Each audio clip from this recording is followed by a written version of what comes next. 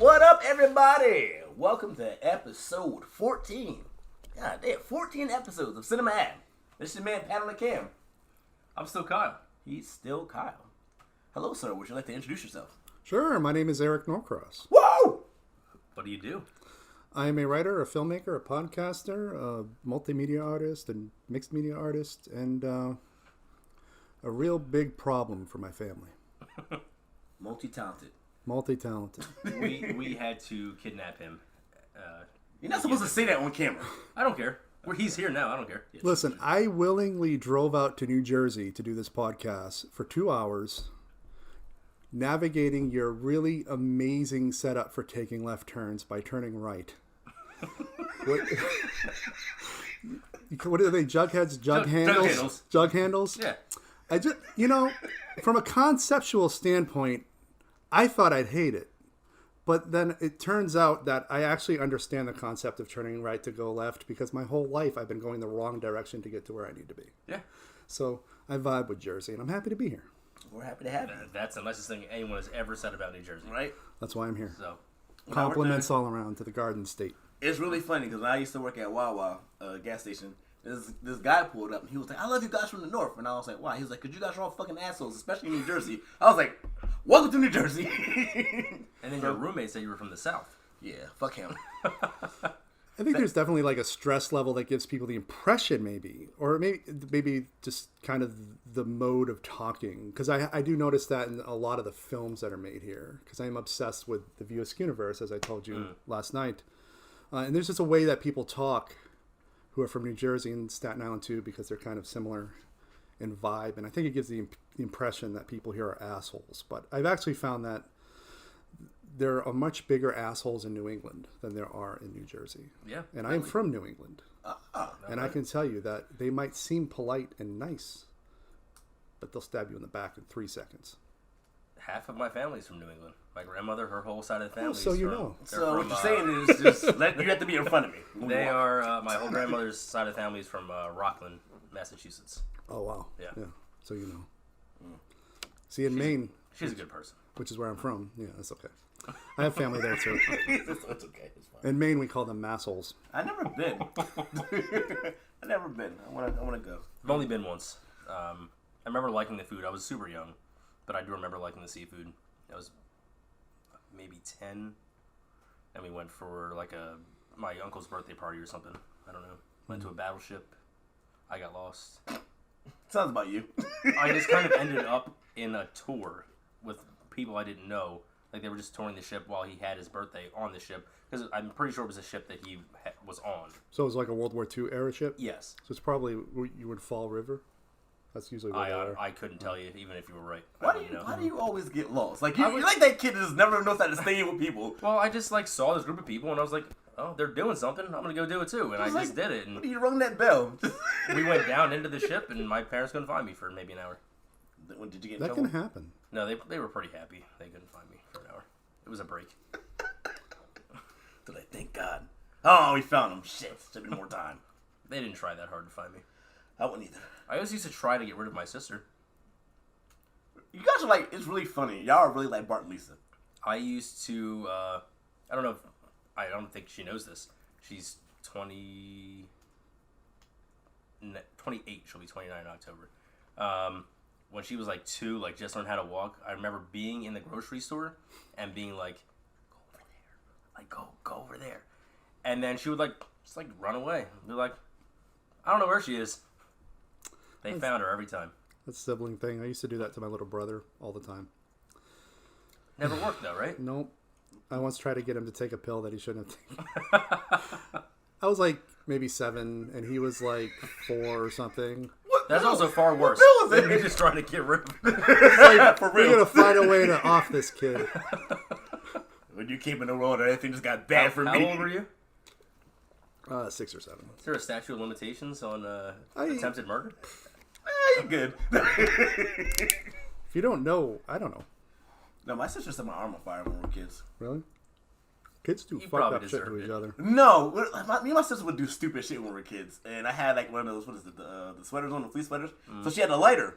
And she was like, oh, let's see what this happens. I was like, yeah, let's go for it. Oof. Luckily, you put it up before it burned my arm. So I was once in the 6th grade. I was once interrogated by a fire inspector with the city of Portland, Maine, because some forest fires were started on this island.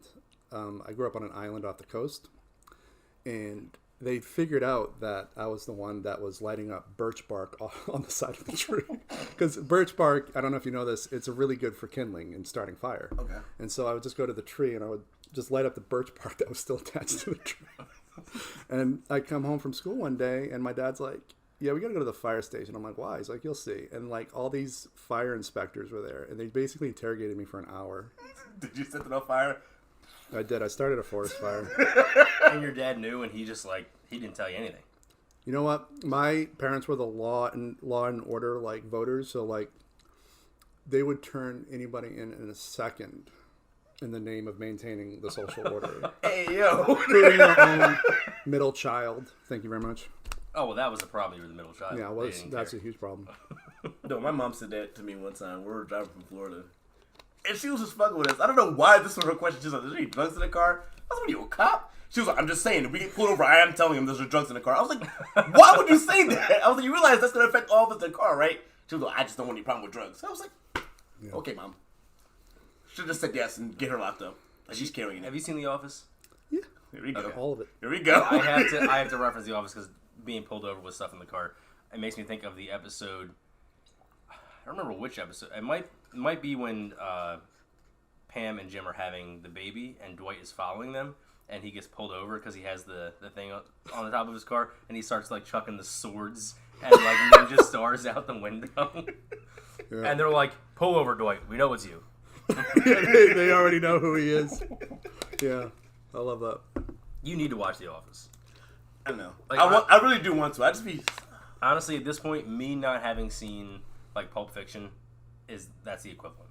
That's television. No, everybody says to me, "You didn't watch Office?" And I was like, "I used to work in Office. Does that count?" And it did take me a long time to watch it. I just watched it 4 years ago for the first time.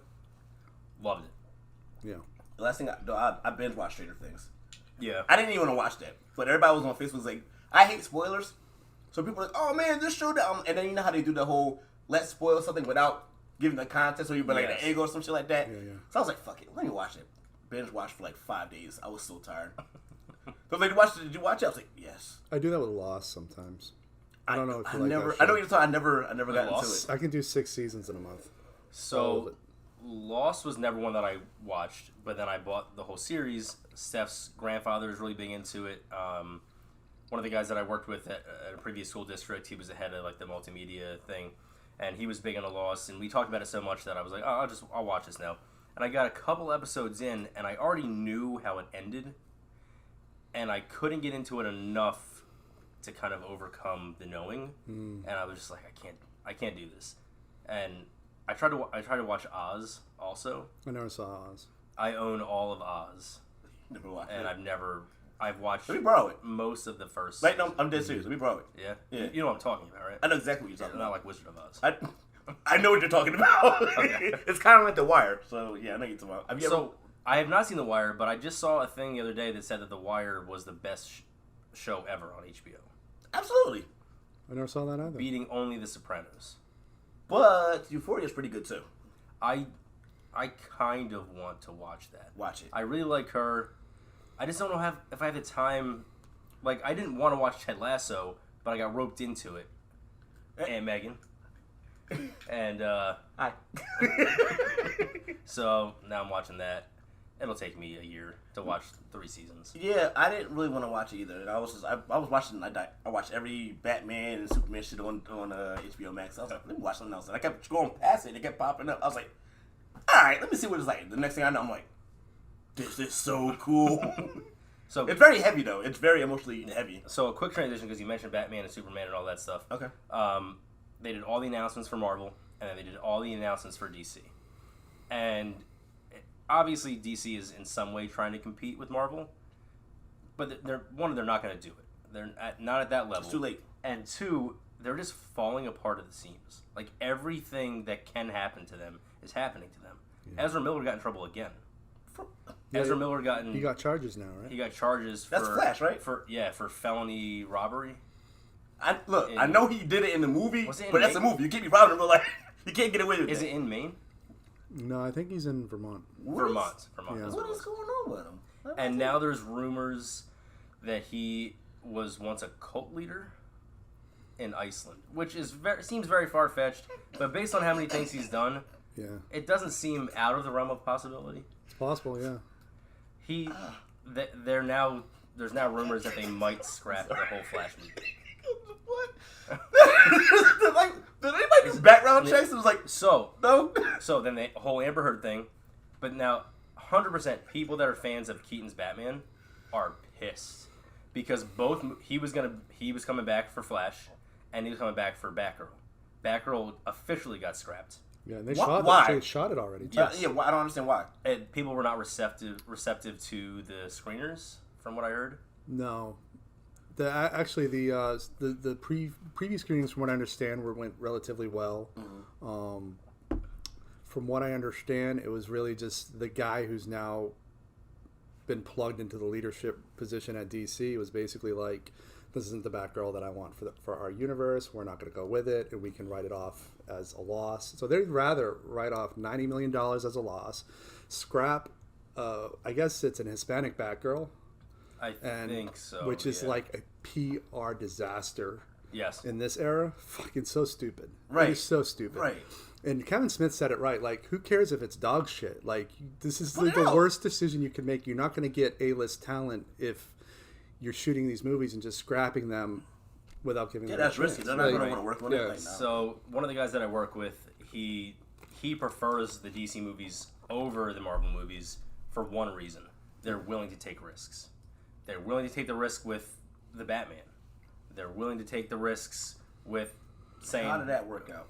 But honestly, he likes that they're left of center. I like the Batman. The Batman was. I liked it a lot. It was pretty cool. The more I think about it, have you seen it? Yeah, I don't like it. Really? Yeah, I'll bow out. The more I think about it, the more it's solidifying itself as my favorite Batman movie of all time. Okay, they go a little too far, but it was a good movie. The only one that's in competition with it is The Dark Knight, in my opinion. That's fair.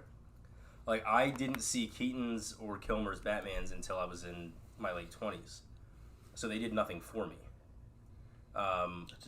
Keaton was obviously better than Kilmer, but I don't love Burton's style of filmmaking with Batman.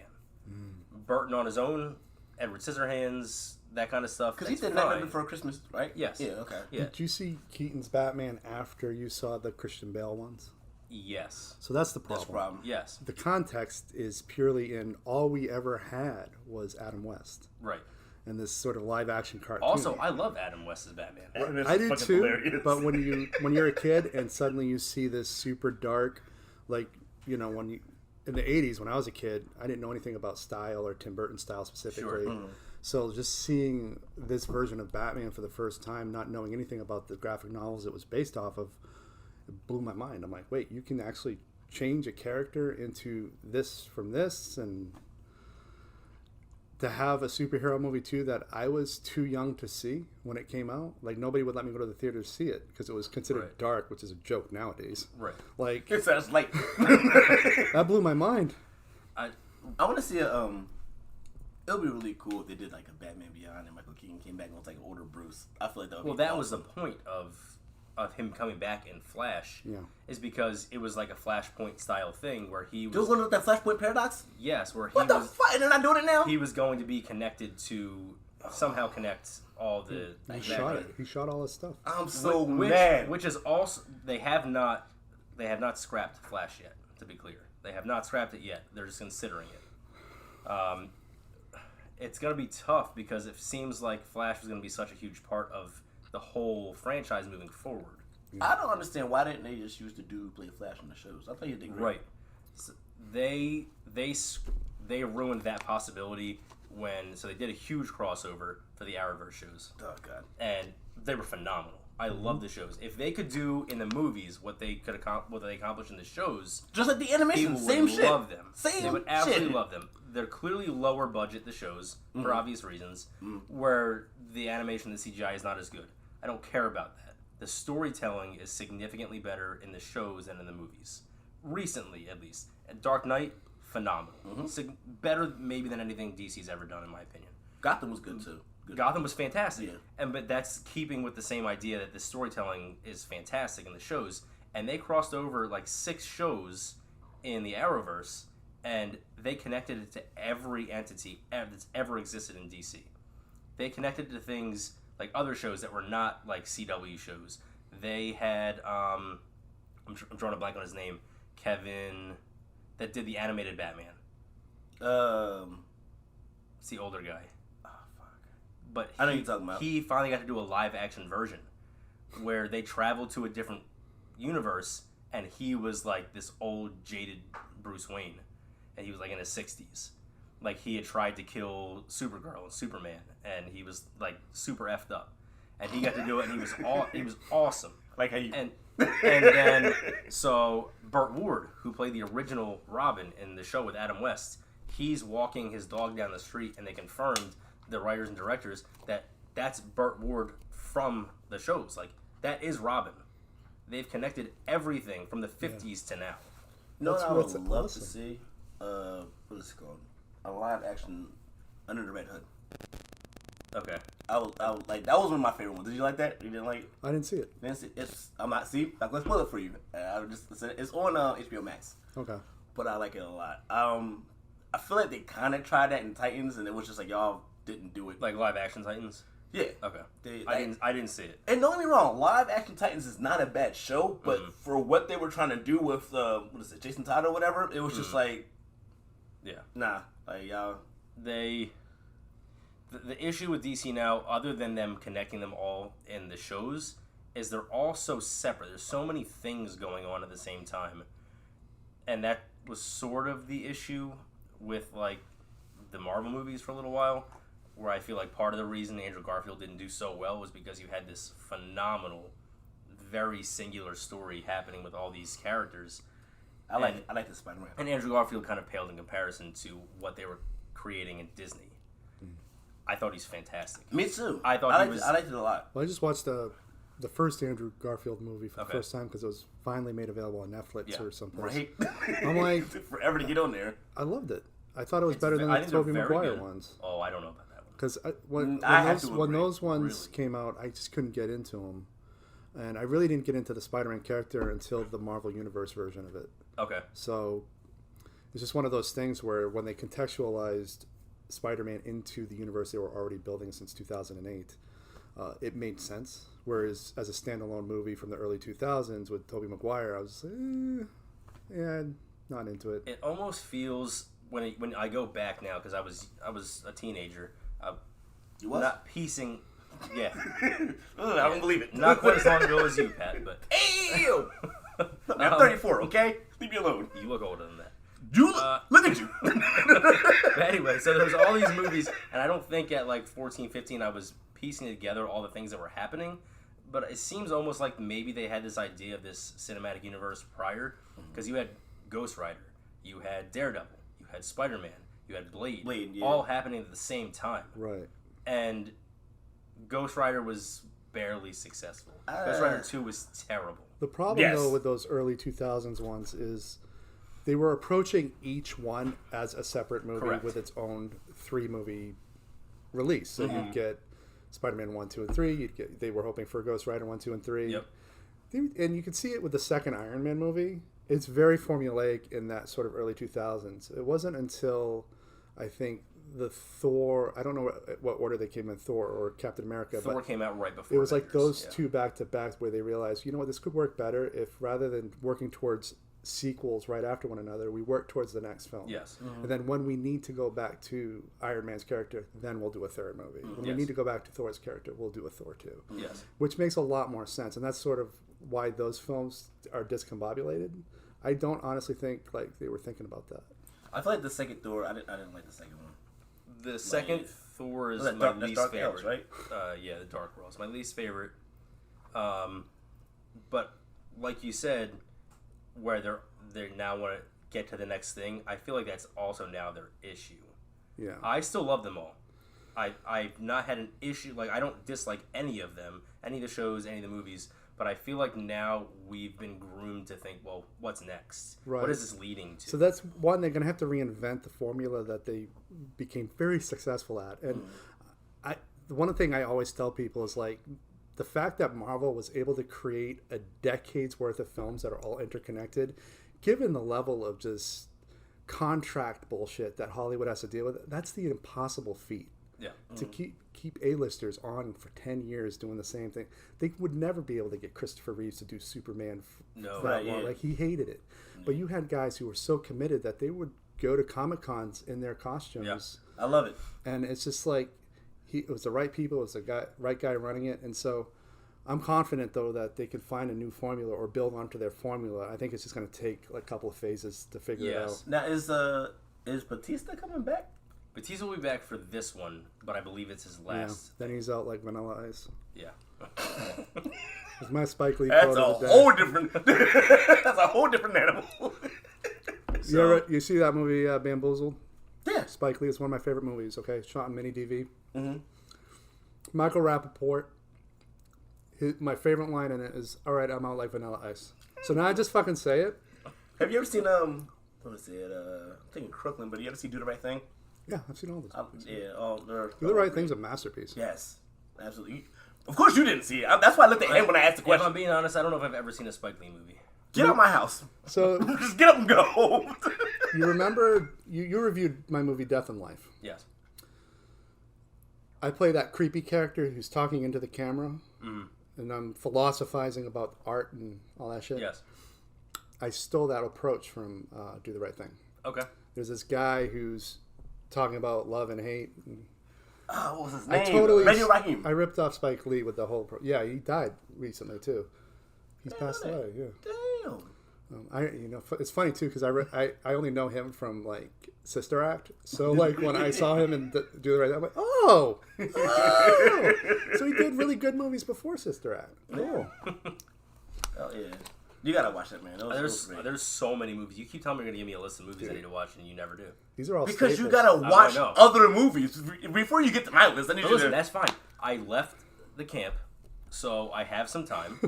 I left my summer job. I told you, you gotta come here, or I'll go to your house. I don't care, and we'll sit down and we'll have a movie day, and we'll just watch the movies. Okay. All right. Monday.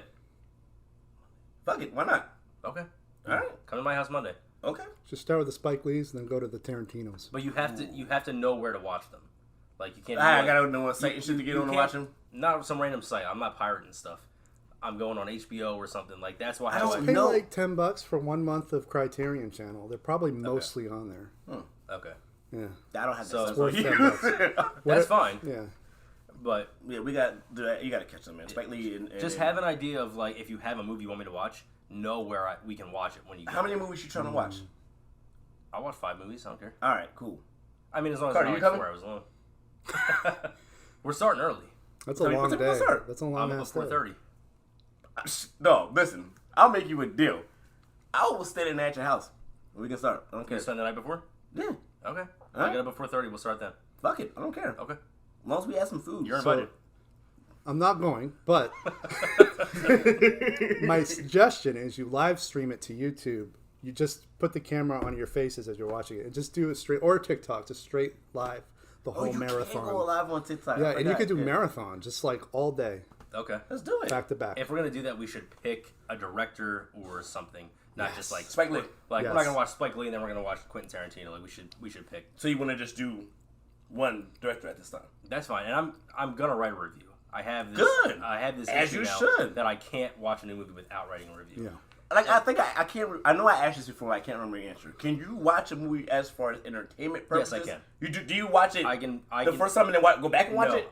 It happens at the same time. Okay. This side of me is going camera angles, tone, mood, everything. This side's going like, oh, that's funny. Like You do the same thing? When you, Yeah, I had to teach myself how to do it though. yeah, because I do the same. Go ahead. I'm sorry. Go ahead. But like, I also have this problem where like, I wouldn't fucking do that.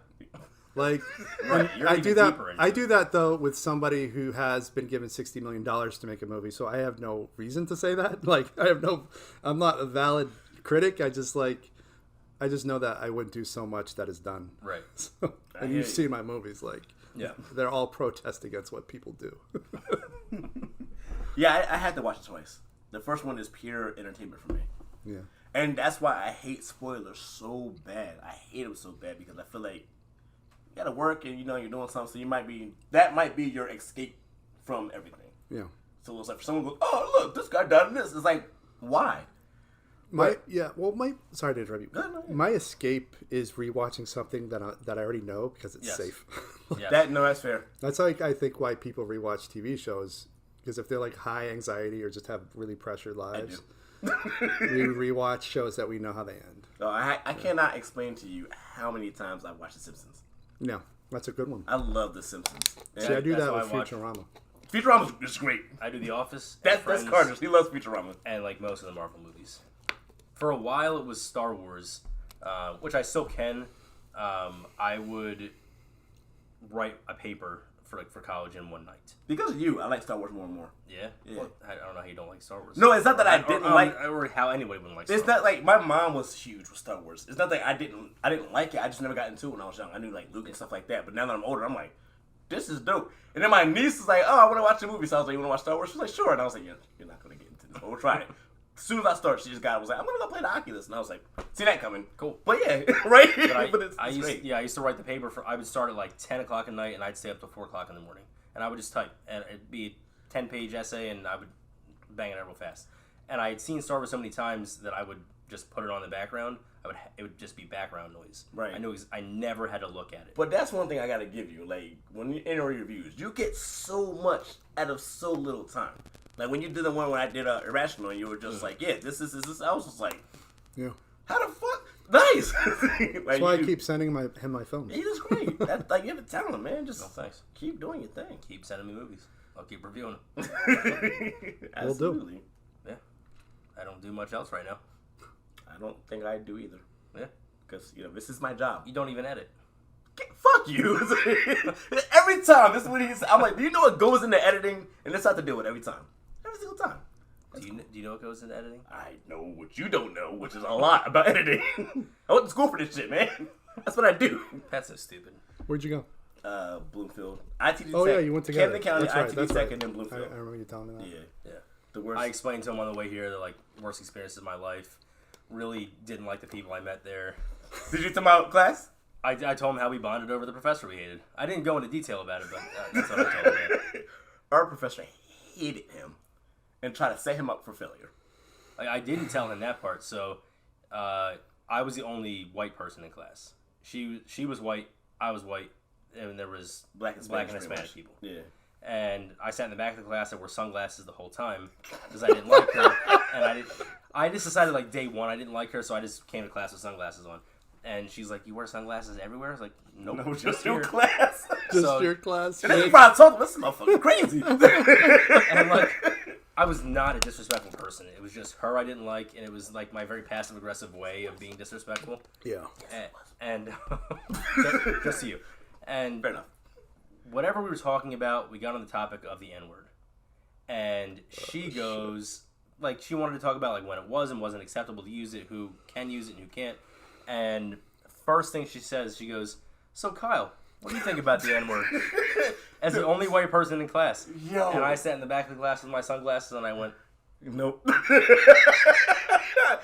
It would. That's not just setting you up for failure. That's setting you up to be offed on your way out of class.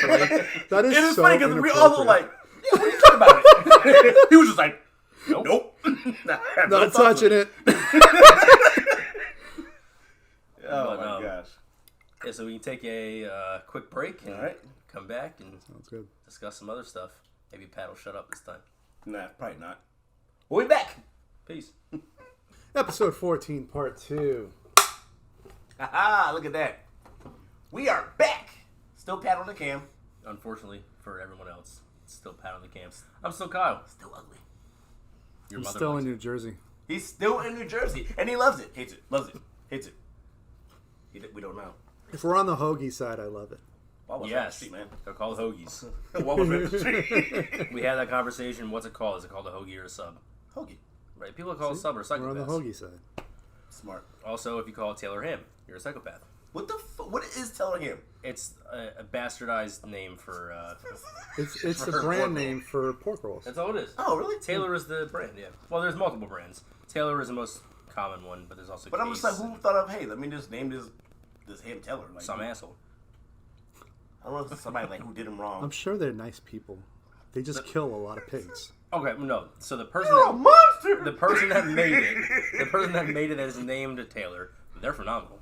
I love those people. The person that decided it was called Taylor Ham, they're the assholes. No, it was probably just like a community of people who only had that in their general store. Yes. Yeah. But it's made in Trenton. I think it's Trenton all. hams. I think Taylor and Case are both made in Trenton. So I heard honestly this think there's they're a the place that I don't think it's real. It's called Middletown, New Jersey. Yeah. That's a real place? Yeah. Because you know how they always say it's north and south and there's a central New Jersey? I'm like, that's... There really is a Central Jersey. So What- if I want to try a pork roll, which I never have, where do I go to get one? Wawa? Wawa? Yeah. Okay. They're all over the place. No. They do have them I'm at not Wawa. saying that they don't have it. I'm saying that if What you would you want recommend? Okay, so if I want to be won over, a legit, and I don't want to go to a gas station to get it. Ask him. you want to go to a legit deli. Okay. Okay, that's fair. Depending on what time we get back, if you want to stop at Vids down the street from us, they will There's have also sandwich. a Lamppost Diner restaurant here. I don't know what that is. I couldn't suggest that because I don't know what it is. Well, go to where you I didn't say it's bad. I just said I don't know what it is. You You don't- look so mad. You say you don't know what or where? I don't know both. Lamppost Diner is literally a diner. It says in the title. Lamppost Did Diner. we drive by But it? We just drove by it. meaning then. like No, I don't know the quality of the food. Oh, okay. Can't comment on that. That's fair. I don't know where you went, but I mean- you suggest that go ahead. So realistically, if you want food at any point in time, a diner is the place to diner's go. where you wanna go. Yeah. But they're not going to have the best quality food typically. I agree. Depending on what you It know. depends. There are some better diners for sure, Mm. where I've gone to places and the quality of the food is a little bit better, but they're not open 24 hours. I'm about to say, are they back to 24 hours or are they just Some are. like... Okay. I like the idea of the deli. Yes, That's it. I would go to a deli and get like a breakfast sandwich or Gotcha. like a pork roll and cheese. You know what's really good breakfast sandwiches? Heritage. Who? Heritage's? You never been? Nope. Okay. I want a cheesesteak too. Since we talked about No, cheesesteaks. no. If you're going to go to cheese, like you got to go to, what is it, Buffalo, Carter was so excited when right? he said Yeah, it's Bills, Wawa? Buffalo Bills. Bills, right? Buffalo Bills. You When gotta- he oh said my that, God. Carter's a loud person. I've never heard Carter that loud How do ever you feel in my entire about life. garlic parm? How do you feel about that? Not No? my thing. Okay, I like you the don't gotta get cheesesteak all of idea, them. but we got to go across the river to get it. Dude, you got it. Oh my gosh, cheesesteaks. Also, this is slightly off. Do you like, because you said garlic parm, you like wings? I used to. You don't like wings? I probably What would do it happened? if I was on that YouTube channel where they eat wings and interview. I would love to go there. Hot ones. I love Remember hot we did ones. the video with the hot sauce? Yeah. I'd probably melt down. So a guy that's really good friends, or used to be good friends, based on his conversation, they're not as close anymore, was friends with one of the producers that started it. He actually has a hot sauce store in New Hope, PA, which is just across the bridge from Trenton. And we knew it existed, not knowing the connection, so we went there looking for the hot sauces from Hot Ones, and he told us the whole story. He's like, yeah, I was supposed to be on the game show, and then COVID hit, and didn't get to go on. But he has all the hot sauces from the show, and we tried one called The Bomb. Yeah, I've If heard you- that one. yes. Yeah. Bro. And it tastes as bad as they describe on the show, maybe worse. Go on. He can go on Cinema Av's TikTok because you. Or mine, Did, yes, did you tag Cinema Av in it? I believe so. Okay, but either way, Either go way, on or- his TikTok or yeah. my TikTok, and we after a podcast one day we just dipped our pinkies in it and did it, Bro, this... and I threw up. He threw from it up. being so hot. I cried. My eyes were just burning. Yeah.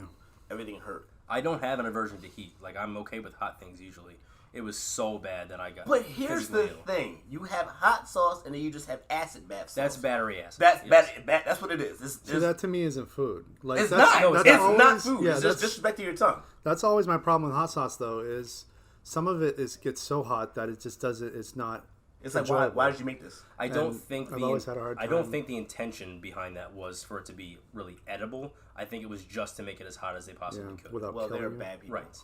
That was So terrible. you guys have heard of Man vs. Food? Yes. Yeah. So he went to a place in LBI called the Chicken or the Egg, which to a lot of locals it's called the Check. And so he did a challenge. They had to eat a dozen or 6 or a dozen wings. I don't remember what it was of the hottest hot sauce they have. And I used to go down to LBI pretty often. So I went down with Adam one time, and I asked our buddy Adam, and I asked for the wings, and he goes, try the sauce first before you get 6 wings. So I go, okay. He brings me back a toothpick with like a little bit on the end. I'm like, oh, that's not that hot. So I'll just order 6 wings now. Brings me a wing, and I was literally messed up for months. What? For months. Like, messed up as in throwing up? Messed up as in... Pooping your life away? Without being too graphic, I didn't have a normal bowel movement for like 6 months. He shit himself. For 6 months. And I've not been able to handle heat since then. That's something that was shitty situation to be in. That was before I met Steph, so that was over 10 years ago. You're lucky, because if Steph would have met you by that time... Oh, yeah, she never would have lived with me if she knew what was going on after that hot sauce. But no, it was really bad. The only food that ever messed me up like that was Popeye's sandwiches. Remember, everybody they had the whole big thing where it's like, oh, the chicken sandwiches. I tried both of them, and I got fucked. I actually like Popeye's chicken sandwiches. Their food is good, but I don't know what it was. It's not good for you. It's but I don't remember what it was. But I got really sick, and I was just like you said, I don't want to be graphic, but it was bad. Yeah. I just learned how to make fried chicken 2 weeks ago. I never knew how to do it. What? Yeah. Well, you should have met Pat because his people know how to make fried chicken. See, that's how you get canceled. No, our roommates said that. This is... You haven't even started your It's all a career joke. yet. It's all a joke. All right, in context, that's not what I think. This is one of their former roommates said that. There's this kid. It's funny because his last name is Gross, so it actually worked out for him. So this is 2012. Yeah, 2012. I'm going up there and getting ready to move in and meet this kid. His name on the door and everything. And we're talking, chopping it up. And I'm like, at this time, I'm not really trying to talk to anybody. I'm kind of like I said, my dad had passed at that time, so I'm just like, I don't want to meet people. So he goes, yeah, I want to learn how to make chicken like you people. And I was like, from South Jersey? What are you talking about? And he just, he's so fucking stupid. But I can make fried chicken though. So if I would have known, I would have made you something. I had no idea it was so easy. It is. It's very. It just seems like it should be harder. I mean, it depends on what you put in it or whatever, but still, it's not that. Yeah, it's not that complicated. I don't like the mess. It's not like it's a huge mess, but the oil always splatters a little bit, and I hate that oily feeling. Yeah, that's part of the process. I just don't like that part of it. I'm super. It is like it is an ordeal when you make it. Yeah, we got a. It sounds like super sexual. It's called a Fry Daddy, and it's literally just a pot. I'm not eating that. It's just a pot that you plug in, and it heats up to what's supposed to be like the ideal temperature to deep fry things. 350. But yeah, whatever. I have no idea.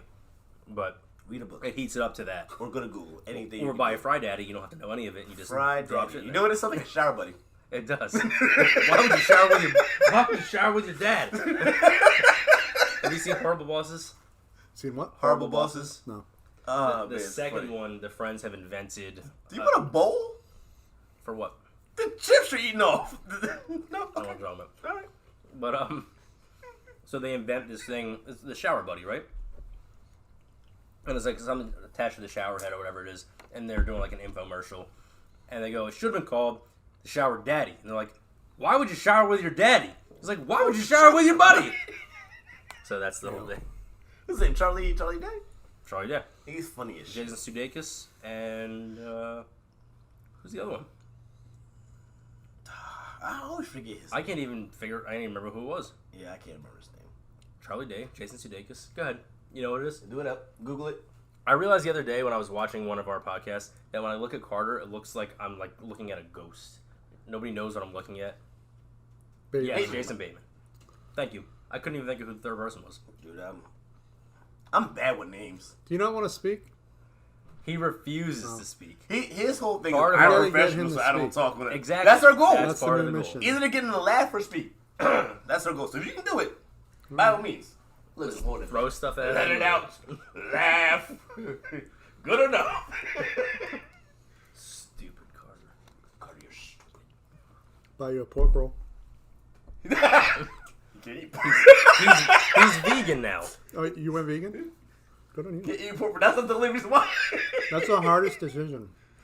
Especially It's a- at first. He made me mad when we went vegan, because me and Carter would do this thing where we're in the It's kitchen called and a it's like, dumb decision. very. When we're in the kitchen, we're just like, all right, cool. We have this. Let's MacGyver some shit together. I can't do it no more with him. So the first rule of being a vegan is you got to tell everybody all the time that you're a vegan. Yeah. So go ahead, Do you tell do us. that? Tell us. What do you do?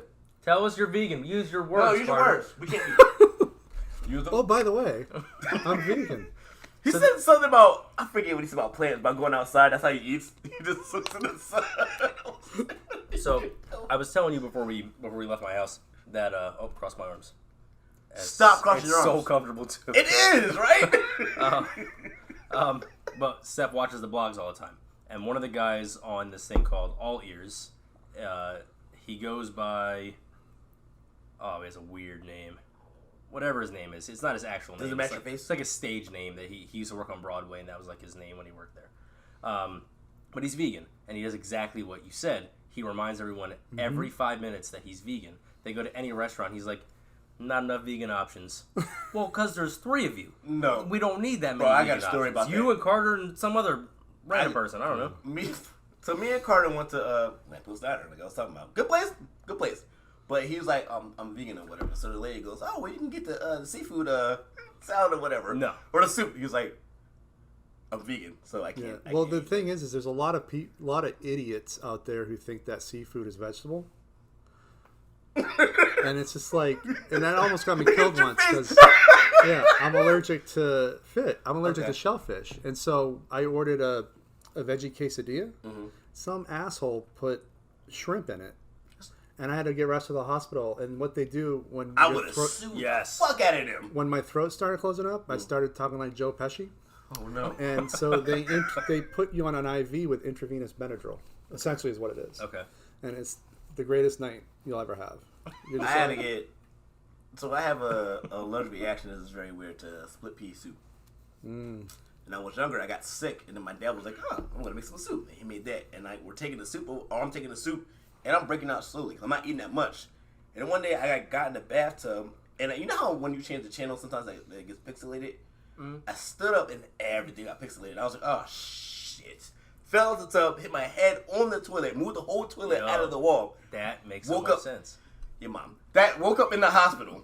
And like I was hooked up, they was giving me Benadryl. They were like, yeah, so whatever you ate, what'd you eat? I was like, split pea soup. They was like, don't eat that anymore. What was in that though? I don't remember. I love pea soup too.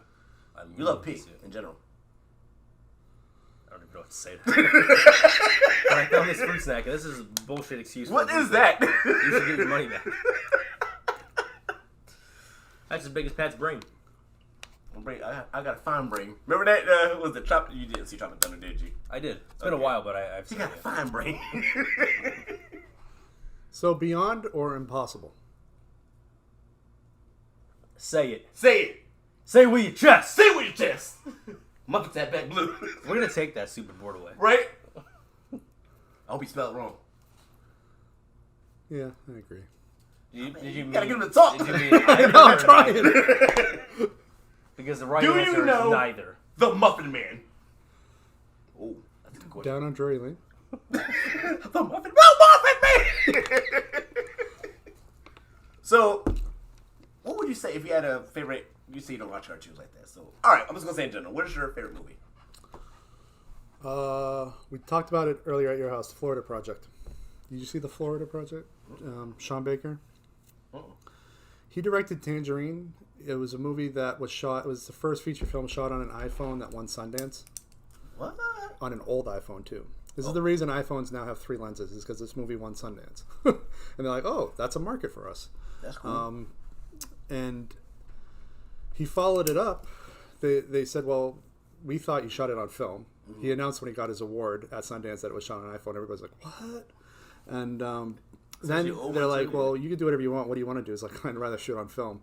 And so he shot on 35mm film this movie called The Florida Project, which is about poor people living outside of the Disney complex in Florida. And how it's sort of the class division between those who can experience the magic and those who can't. And it just takes place at a motel where people can live for like 3 days, and then they have to live out of the motel for 1 night in order to be able to go back in. Otherwise, it becomes an apartment. And it's just a really interesting look at poverty in America. That's pretty dope. Yeah, it's a really great film. I had mentioned Disney, and he brought that up. Yeah. Well, I used to work for Disney, and I own shares of Disney, and I hate that fucking company so much. What'd you do with Disney? I worked at the retail store in Times Square. Okay. I can't do retail. That's not there anymore. I don't do it anymore. What, really? They're gone? If it's not gone yet, it is leaving because they're partnering with Target. Good. And they're opening Disney stores in Don't worry, with who? Target. So Disney has started opening stores like in the center of Target, where it's an entire Disney section. That makes more sense for them. Yeah. That store was psychotic. Target. Was only in there maybe once. Yeah, but I don't shop at Target, so I don't care. I used to work there, and oh my god. Yeah. So there was one time I'm like, it's called zoning, where you gotta, pull all the stuff up, make sure everything matches. Yeah. As I'm zoning, there's these kids coming out. You know what kids do? They just push They're things bad. back, push things back laughing. So my district manager comes up, and she's like 5 foot, and I'm on my knees like zoning. She goes, I don't like. I said, okay, so I'm gonna give you first off, back up. You're too close to my face. Second, I'm going on break. And she was like, are you serious? I said, the more you talk to me, the longer my break's going to be. So what do you want to do? And she was just so mad. And then we had a meeting about there was like a remodeling. And she was like, some of us won't be here. I was like, I don't give a fuck about this job. Because I had got hired at Sam's Club at the time. So I was like, I don't give a fuck. And everybody was like, oh, he's crazy. I cussed out every man. They were right. I left. They were right. Yeah, they were. Retail is a shit show. And I feel like people are like, oh, you work in retail, it's not that bad. I was like, you have to deal with every personality within the 5 minutes span. Like every other personality. And it's just like, I feel like it's like, if you know that you can go to jail from punching somebody in the face and you hold yourself back, yeah, people don't see that though. They're like, oh, you're just retail. I was like, no, it's more than just retail. And it's crazy how you can have a great day. That one customer can fuck your day up. Yep. Yeah. But I want to work for Disney, I'm being honest. But not like, I don't want to be like a character too angry or to a work cast member. You're too angry. I want to work behind the scenes. I want to be like an editor. I can Like, see you like, doing like that. a script editor or something like that. Do it. I mean, I've applied. I just haven't gotten an interview. Apply again. I might. And again. It's you gotta, I don't know, have a cousin. Have a cousin that works there. Yeah. They're all inbred. I do know. It's true. I do know people that work there. Unfortunately, those are people that I've broken ties with. Yeah. Great. What is that? Huh? Facebook. Is that what it is? Your one friend on Facebook said something? First off, I have more friends than you on Facebook. No, you don't. Yes, I do. Do you really? I do. Do you know any of them? Do I know any of them? All of them. Other than your sister and us? No. Yeah, I know a majority of them. I had somebody block me on Facebook, and I'm just like, I don't see you in real life, so it doesn't matter if you block me or not. I remove people who don't engage with me. I have a very strict policy about that. That's where fair. it's like, there's no reason for us to be connected if you're just cyber stalking me. Add me. So what I'll get with you. is All right. All the time. what is interacting with you? Like me liking your stuff? It's just, I don't care about likes. I just care about, like, why am I attached to people on a platform? Okay. Like, I don't see the point of having somebody from 20 years ago that isn't part of my life knowing what I'm doing. Yeah. Or even knowing the social media version of what I'm doing, which is usually a lie. Yeah. A lot of people lie on social media. It's just, But I commented recently about the lanternflies. I haven't deleted you. So that's what I'm saying. That's why I'm still alive. That's why I'm still there. It's a I'm going to thing- send a request. This is a policy I came up with at the end of 2013 after a really disastrous film project that I directed, where all the cast and crew were using my Facebook to determine my mood, to ask me for their footage, or to ask me, hey, did the producer get the checks out, which was not my department. And I'm just like, you know what? There's no reason we need to be connected anymore. If there's really a big problem, contact the producer, like, because that's not me. Yeah. And so then, I mean, that production just changed my whole approach to social media. It changed my approach to business. It's what drove me back to school. I told you on the way here that I went back to school in my mid-30s. Where'd you go for? Where'd you go to school for? I just kind of went to fix my education. Okay. SUNY Empire, which is like the State University of New York's night school.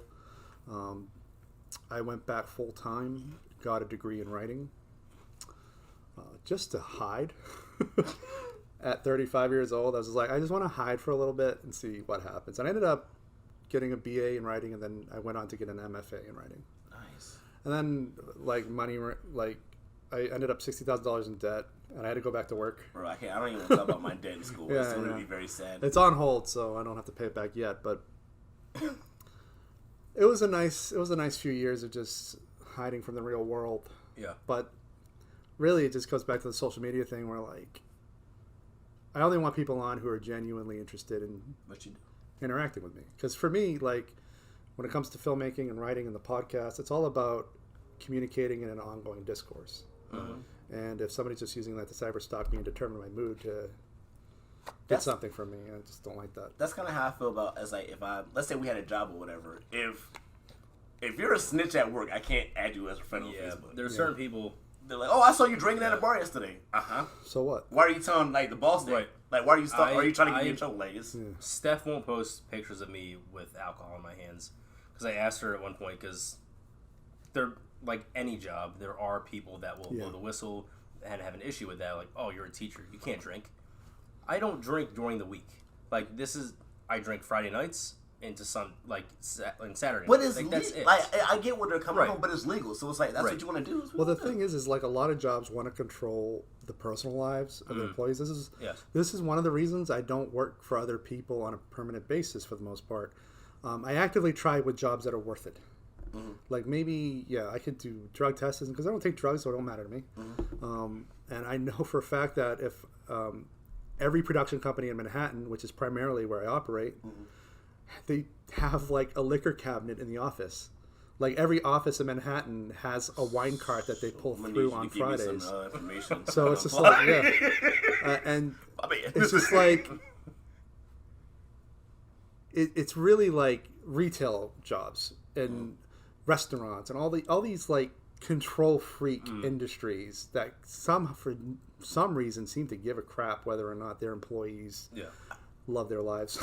I used to do this thing called customers are happy about my I don't work anymore. Wow. Because I was talking about like I worked inside, outside, day and night, I did all that shit, but I was pumping gas and people would just be dickheads.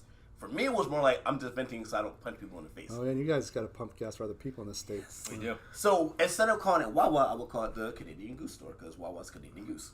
So my manager saw my post and she was like, "You can't say that." And I was like, "When did I mention Wawa at all in this post?" "Well, you said that you worked." I said I had a job. Never said where. Doesn't matter. And she would get so mad. I'm like, I had to block her. I was like, "Why are you on my Facebook? Just try to get me in trouble." Right. If I want to vent how I feel, I'm going to vent how I feel. Which is crazy because like a lot of people, I went to my high school reunion and they were like, "We love your post because you say how we feel about work." And I'm just like, you're not going to, I'm at this place 8 hours a day. You are not going to control my life outside of work. Right. I refuse. Yeah. Well, the job that I just left, the summer camp, one of their big things is when they do like their equivalent of professional development beforehand, which it's a summer job. I don't have any interest in going to professional development for a job that's 8 weeks. And they're like, you work with kids, you're not allowed to drink this. Like, you can't drink all summer. You work with kids. I'm 31. I know my limits. I'm not posting ridiculous things online. I'm not coming to work drunk or even hungover.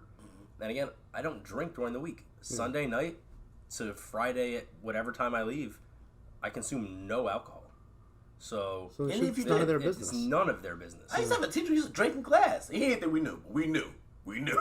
Because he would put coffee in his cup, and I'm like, "You drunk?" He'll put like an old war movie and just be knocked out in class. I was like, "You're drunk." One of my first jobs in education, I was a sub, and one of the teachers I worked with, she had pretty much had her fill. She was getting close to retirement. She was in her her early 60s, and she was like, "If you ever have enough of this," she's like, "water, vodka, and lemon. They can never smell it." I was like, "Oh, okay, good to know." But I'm 23 and I don't hate this yet. So, but it's like that's kind of why we did a podcast. We were just like me and him we're at his house talking. We're just like, especially when it came to the whole mental health thing, because we're just like, as far as men, they're like, "Oh man, you're a man, you shouldn't have these feelings." So we're just sitting there talking, and I was like, "It'd be really cool if you could have like a podcast where people will come on and we could talk about movies and mental health." And it was just really funny because it was just an idea we had. So one day he hits me up. He was like, "Yo, you want to do a podcast on Friday?" I was like, "Yeah, okay." And that's how it started. Well, I mean, this is when it comes to mental health. Like, this is communicating and dialogue is the best way. Yeah, this is therapeutic for both of us. I mean, I started my podcast during the pandemic because Yep. all the conversations I was having with artists, I just wasn't having anymore. Like, one of the things I wanted to do, one of the things I was doing before the lockdown was I would go to, in New York City, the gallery art scene is Thursday night. In Death and Life, I call it the Thursday night hustle, where you hop from gallery opening to gallery opening. And if you ever want to get drunk for free in New York City, Thursday night, go to the art galleries in Chelsea. It's unlimited wine for every artist that's opening their show. And then there's always an opening on Thursday nights, no matter what. And so you just go and you would just get glasses of wine and then once you get discovered as somebody who's not really supposed to be there, you go on to the next one and then the next one. And then by the end of the night, you're having a great time. And so I would do that, but of course I belong there because I would actually engage with the artists and ask them lots of questions and have dialogue and talk to their family and their friends about their work and where they came from. And then I would also occasionally go to film screenings and do the same thing with filmmakers. Like we had Film Forum and the IFC Center where filmmakers will introduce their movies. And then I would also go to poetry readings down in the village, in the East Village especially, where you can engage in dialogue with creatives. And then in 2020, it all just stopped.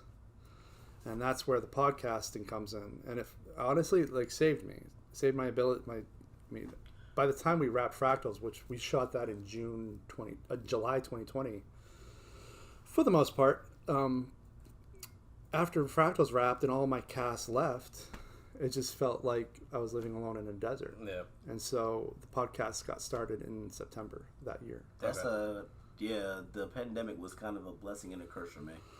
Because I was doing, what's it called? TV, internet, and phone repair. Telemarketing, pretty much. So I'm the guy you call when your cable's not working. Yeah. So I didn't know at the time, but I used to get triggered at work. It was to the point where I would have anxiety attacks at work. I would cry before I get to work because I couldn't do it. Found out I had bipolar disorder. So I got put out of work for a little bit, and it was the best thing that ever happened to me in a sense where it was I found out there's an outside world where I don't have to do this shit. Yeah. So that's when I started filming, started doing events and stuff like that, and it was I'm out there filming all day, but feel like I've been out there for 20 minutes. So I was just even when I went to go to school and I was filming and stuff like that, I fell in love with it, but I kind of all right, whatever, let me put that on the back burner, let me just get a regular job. So once the pandemic happened, it was just oh my God, I can do this. This is what I want to do. So that was kind of the spark that I needed to work on. Good. Kind of backtrack a little bit in the same vein. No, but I'm doing it. We're talking about the mental health, and you talking about we want to find a place where you can express yourself and it be accepted and understood. Mm-hmm. I told you I watched that movie by Goddard this morning that we don't know how to say the name. Vivre sa vie or something like that. And the opening scene is two people sitting at a bar, a female and a male. They're breaking up, Nana and Paul, and she says to him I want to kill myself. And his response is no, you're fine. That's the extent of that part of the conversation. She's having these horrific feelings, and he's just shut the fuck up. It's no. And people do that. And that's I mentioned in the review I wrote, that was long before we got to where we are now. And we're still kind of in the same boat. Yeah. Well, it's always been kind of a thing where people just don't want to be bothered. Right. With mental health of other people or even themselves to a certain extent. And it is interesting, though, that's one of the things about Jean-Luc Godard, though, is he was calling out a lot of weird social things even back then. I haven't been saying his name wrong. It's Godard. What did you call it? Goddard. Jean-Luc Godard.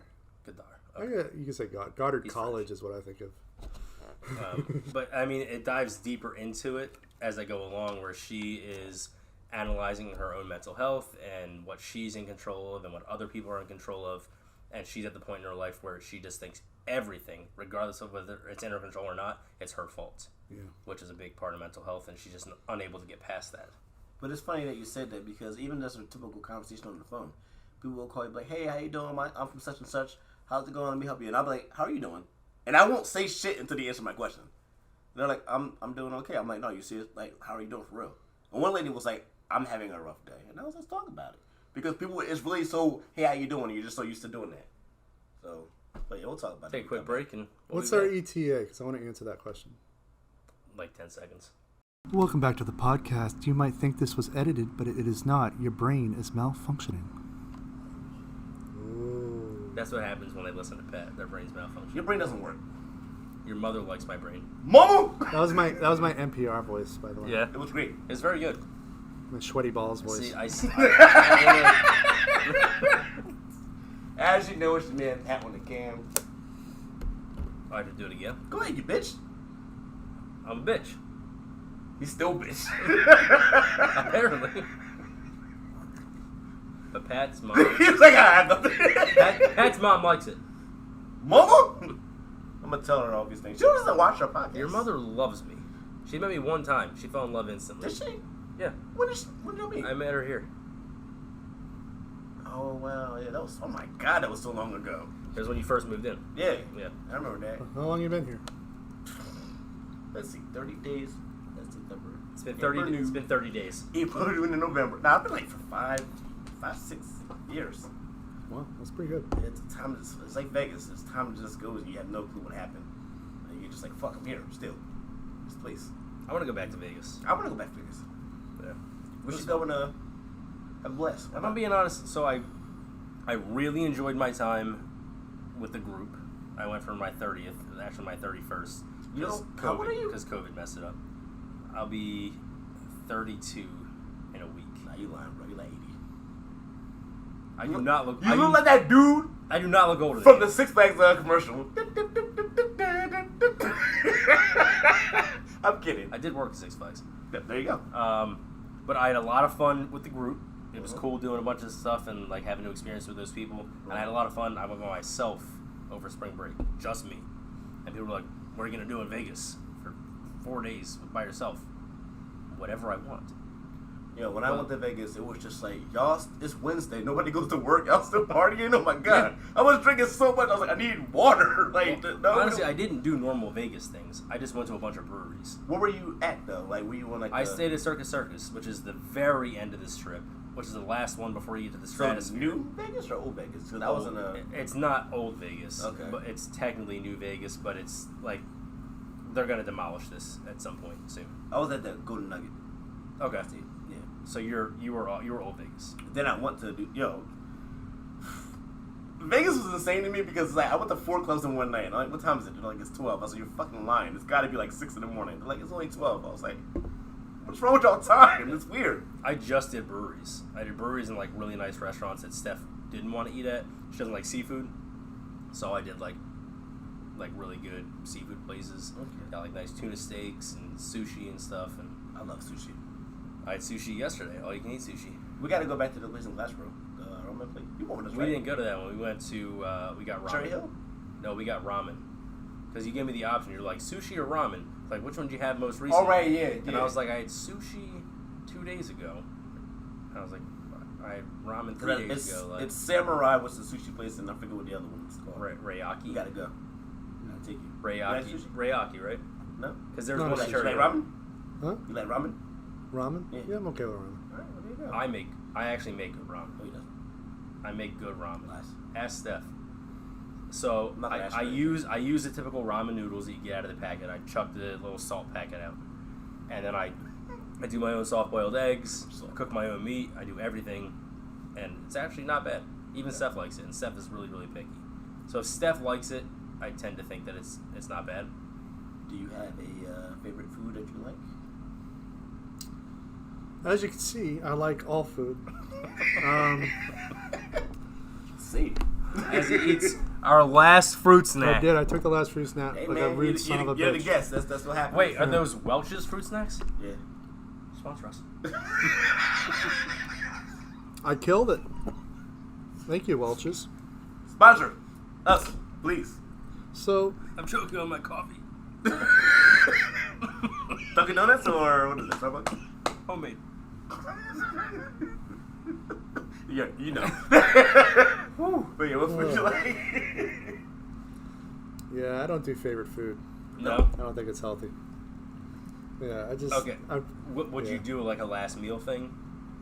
Like if you had to that's eat. Ooh, that's a good one. Yeah, probably it would be this thing called the Main Italian, which is... we'll call it a hoagie, Okay. Okay. but it's on... The consistency of the bread is like a hot dog bun, but it's the size Okay. of a hero. Okay. Okay. It's fucking huge, though. And it's ham, American cheese, and it's a lot of vegetables. Okay. It's salt, pepper, and olive oil. Mm-hmm. And it's a super healthy but addictive sandwich. Okay. And I can't get them anywhere but my home state of Maine, so Okay. I'd probably get that. Nice. My favorite sandwich is, I've realized recently, it's just on like an Italian roll and it's prosciutto, tomato, fresh mozzarella, and balsamic vinegar, and that's it. I've had that. Oh my god, it's so good. It's like the Staten Island sandwich. It's so good. They eat that shit all the time there. I'm a favorite sandwich. That's a toughie. Like my last meal would kill me because it's so much in my last. Has to meal. be a sandwich though. If I had to pick I a think sandwich, we should dial this down to okay. last sandwich of your life. I'm simple. Cheese steak with fried onions. Okay. Garlic parm say that cheesesteak, again? Cheesesteak with fried onions. Then Cheese garlic steak parm was- cheesesteak. Garlic But I was parm cheesesteak. talking about earlier the wings at Piccalilli, Yeah. which is a bar in Chemung, New Jersey. Maybe I don't know if it's like even to here or south of here. I don't know where it is. It's south. It's of here. it's headed toward Atlantic City, but South. a different road. And they have garlic parm sauce, but they will mix any two sauces. So I do their spicy sauce and their garlic parm sauce. My absolute favorite wings. Those and the butterfly roll from Sushi Palace. That would be my last meal for sure.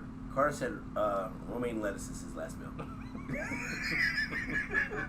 Thanks I'm kidding. No shit. He said an Impossible Burger.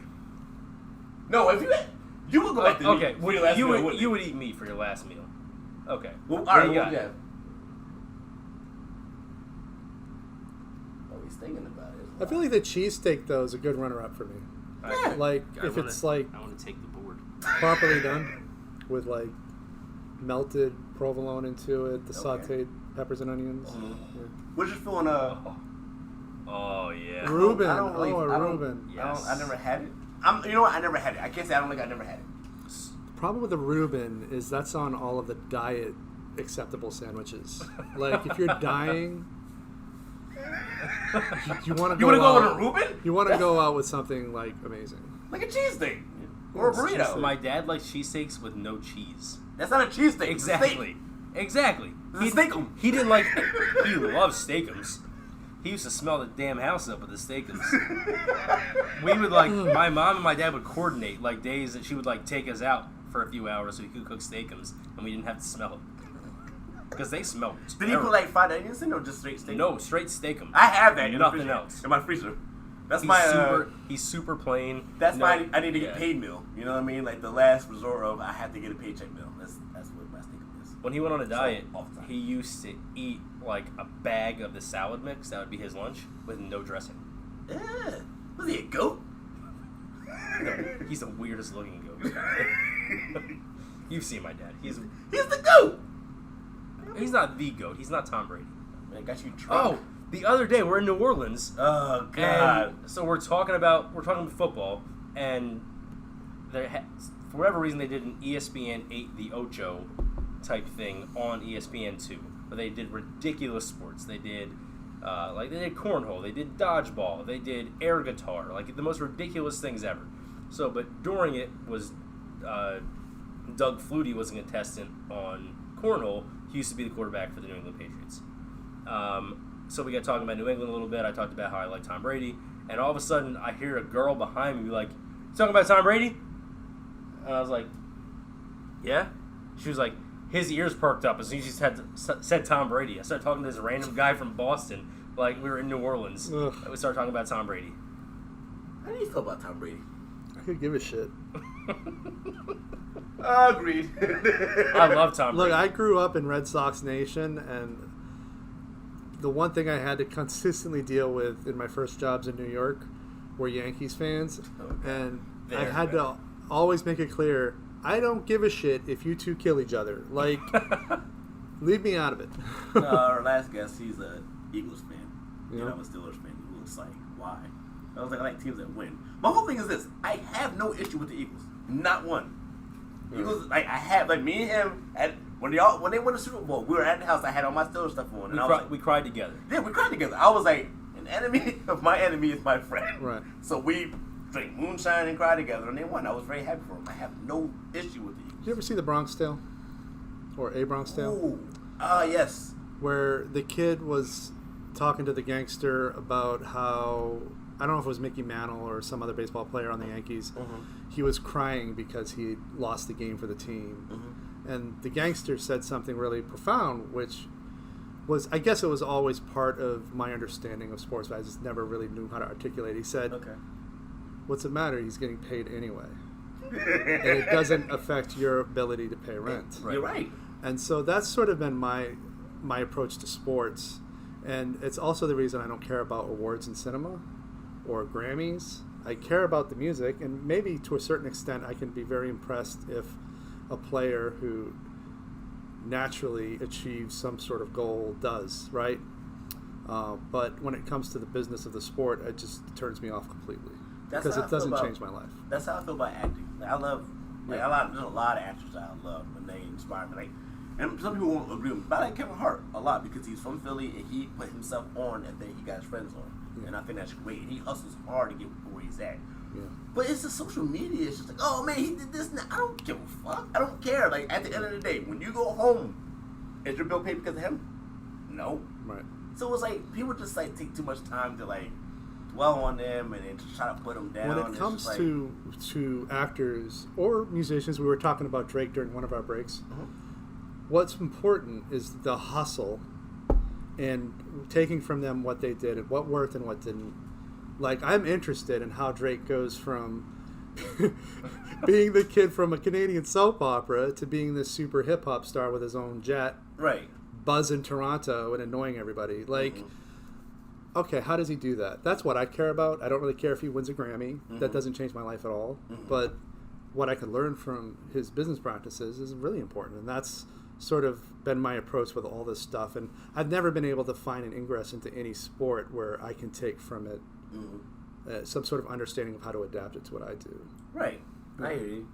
That's kind of how I feel about, like, I just like Kevin Hart and The Rock's like relationship. Yeah. Because a lot of people in Hollywood or whatever, they're just like, I have to compete with you. They're just like, hey, you want to work on a project together? Well, I read recently that it was revealed that it was a fake relationship. What the fuck? Yeah. Well, damn. Well, I guess The Rock tweeted like, yeah, it's complete fabrication. We actually hate each other. I don't know if he was being cheeky or what. Probably, because that's how I think he's probably being sarcastic. Yeah, because that's how they talk about each other all the time. Yeah. There was one video he put up, and Kevin Hart was just talking. And he's like, Dwayne, get off my social media. So it was just like, and Kevin Hart has the shows called Heart to Heart, and he has like celebrities on there.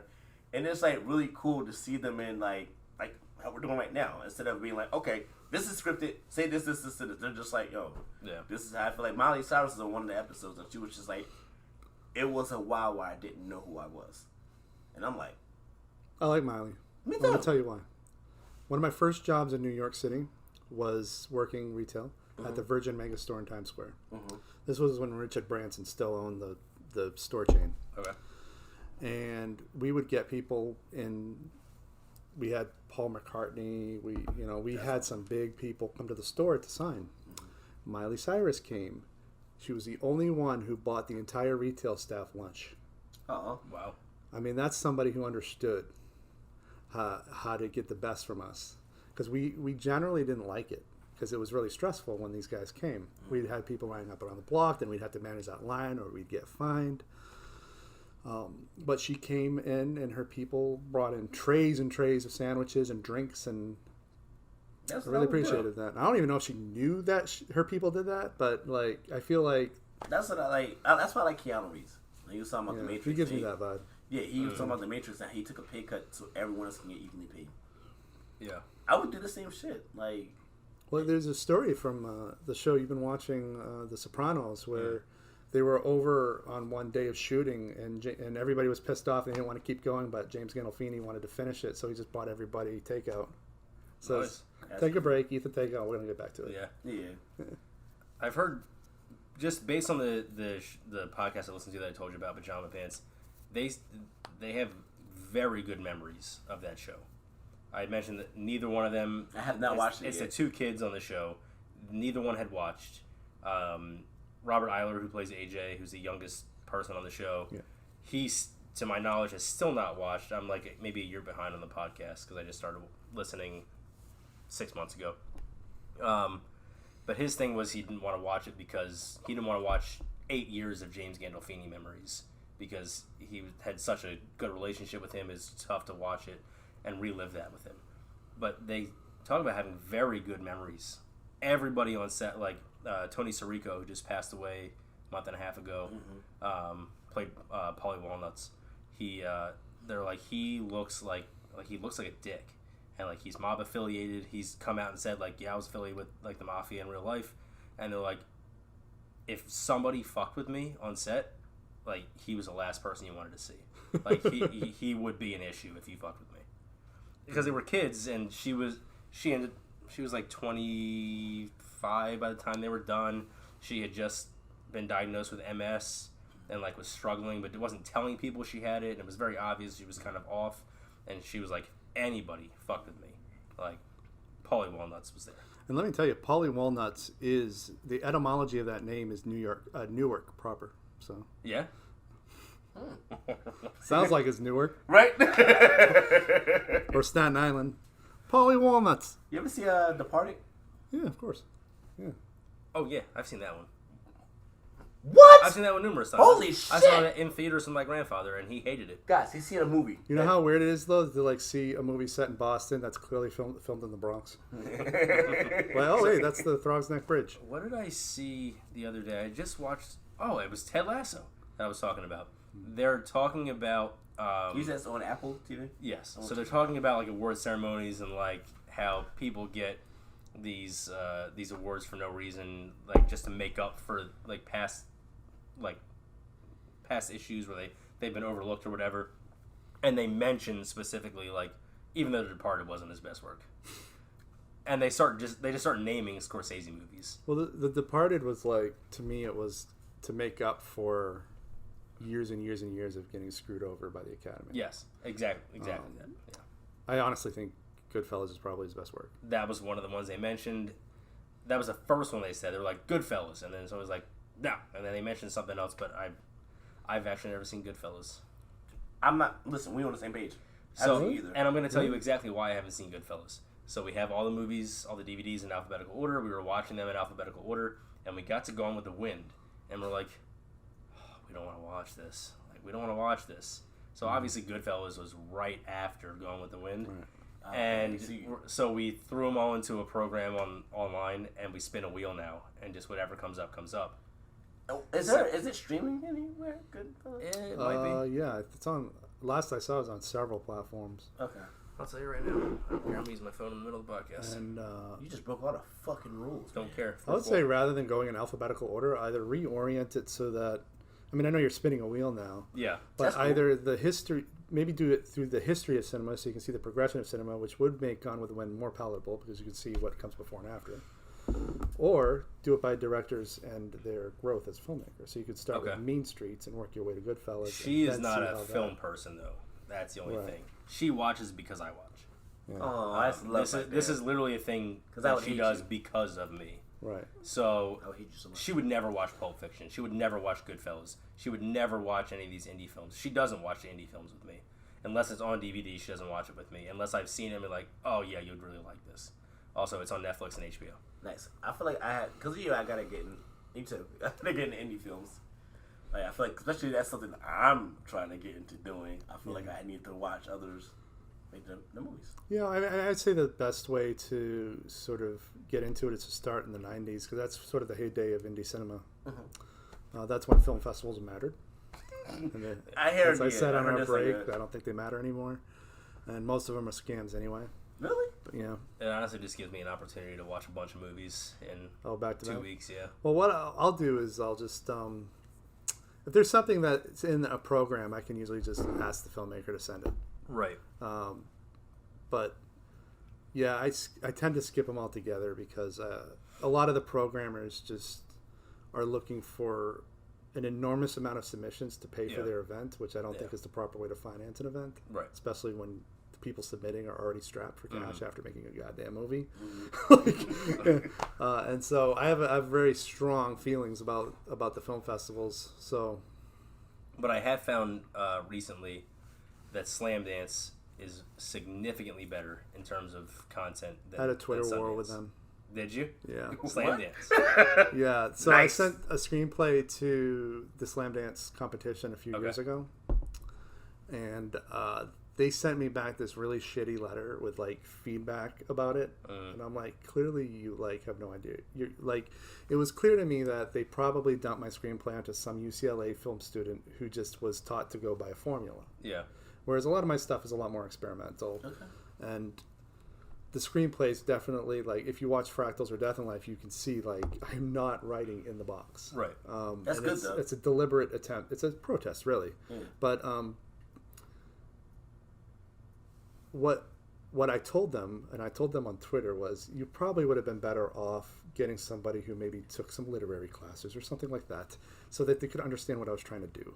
And they just went off on me, and I basically shut them down, and I said, you know what? You guys are supposed to be the bigger people. You got my $60 submission fee.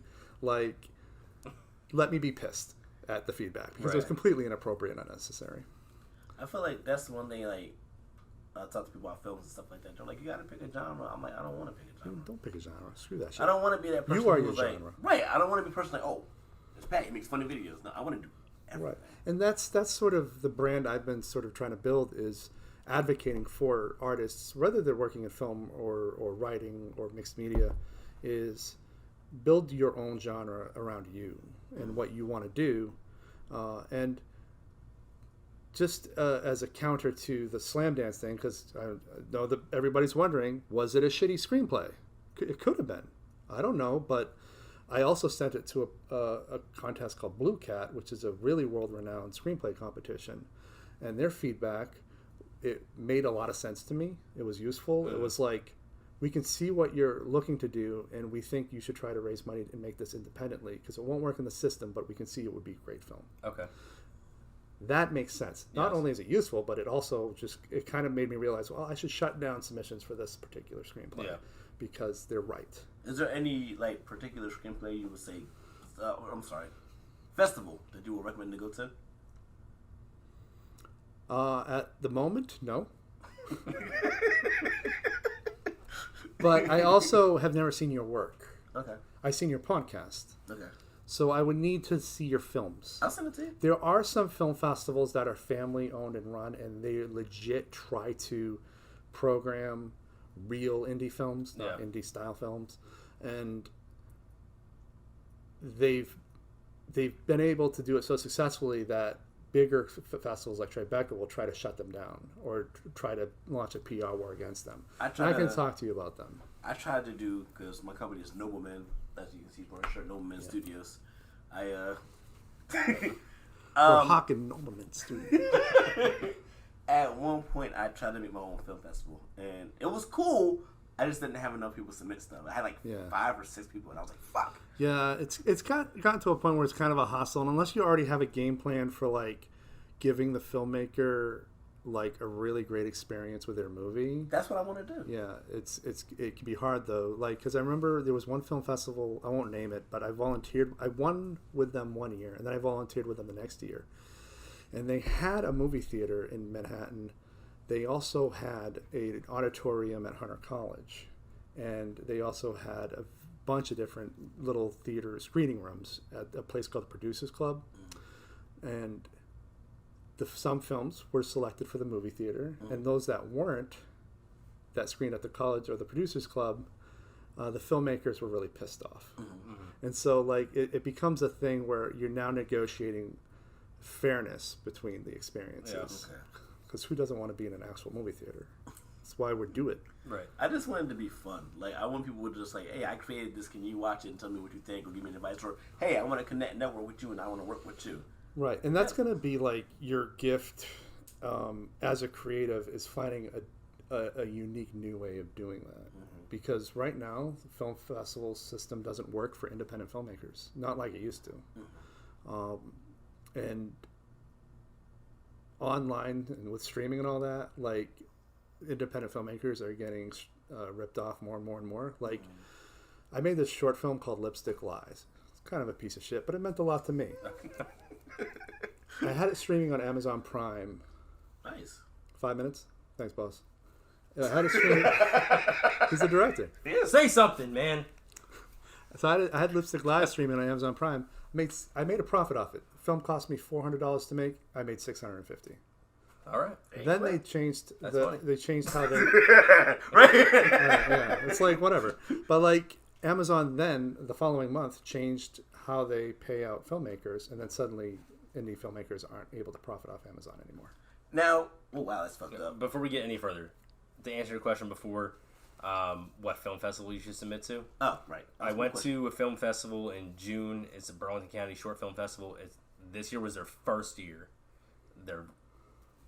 They have very few submissions, but they're trying to showcase filmmakers from New Jersey that are making short films and that are just being creative. That's your best bet. So just based on that alone. Yes, just go to them. That's your best bet right now. Well, talk because you see my stuff and I want to know your opinion. Like, you 100% could submit both of your short films to that. Really? Yes. I would also recommend reaching out to the festival directors personally if they're small enough and accessible enough, because all the awards I won because I was there all the time and made sure they remembered my name, my face, and the film that was screening. there you go. Nobody who didn't show up to other people's screenings won. Like it's rigged with people that they just took a liking to. So just be you and be in their face all the time. Take them out for drinks. That's how you win Oscars. That's how you win Grammys, and that's how you win Hole in the Wall Film Festival awards. So I am down for that. yeah, So facts. submit to them. I don't know. You should submit to the TikTok Film Festival 4, too. 3. That's a wait. What? I literally sent you a thing the other day, and then you told me you were going to submit porn. Oh yeah. That's what I sent you. Yeah, you're right. I also seen they have is it sponsored by Sweetheart? Yes, by Sweetheart, and Okay. the spokesperson is Xochitl Gomez, the one that played America Chavez and Doctor Strange. Yeah. Yeah. I know you're talking about. I forgot. I completely forgot about that. All right, I can do that. 4K porn.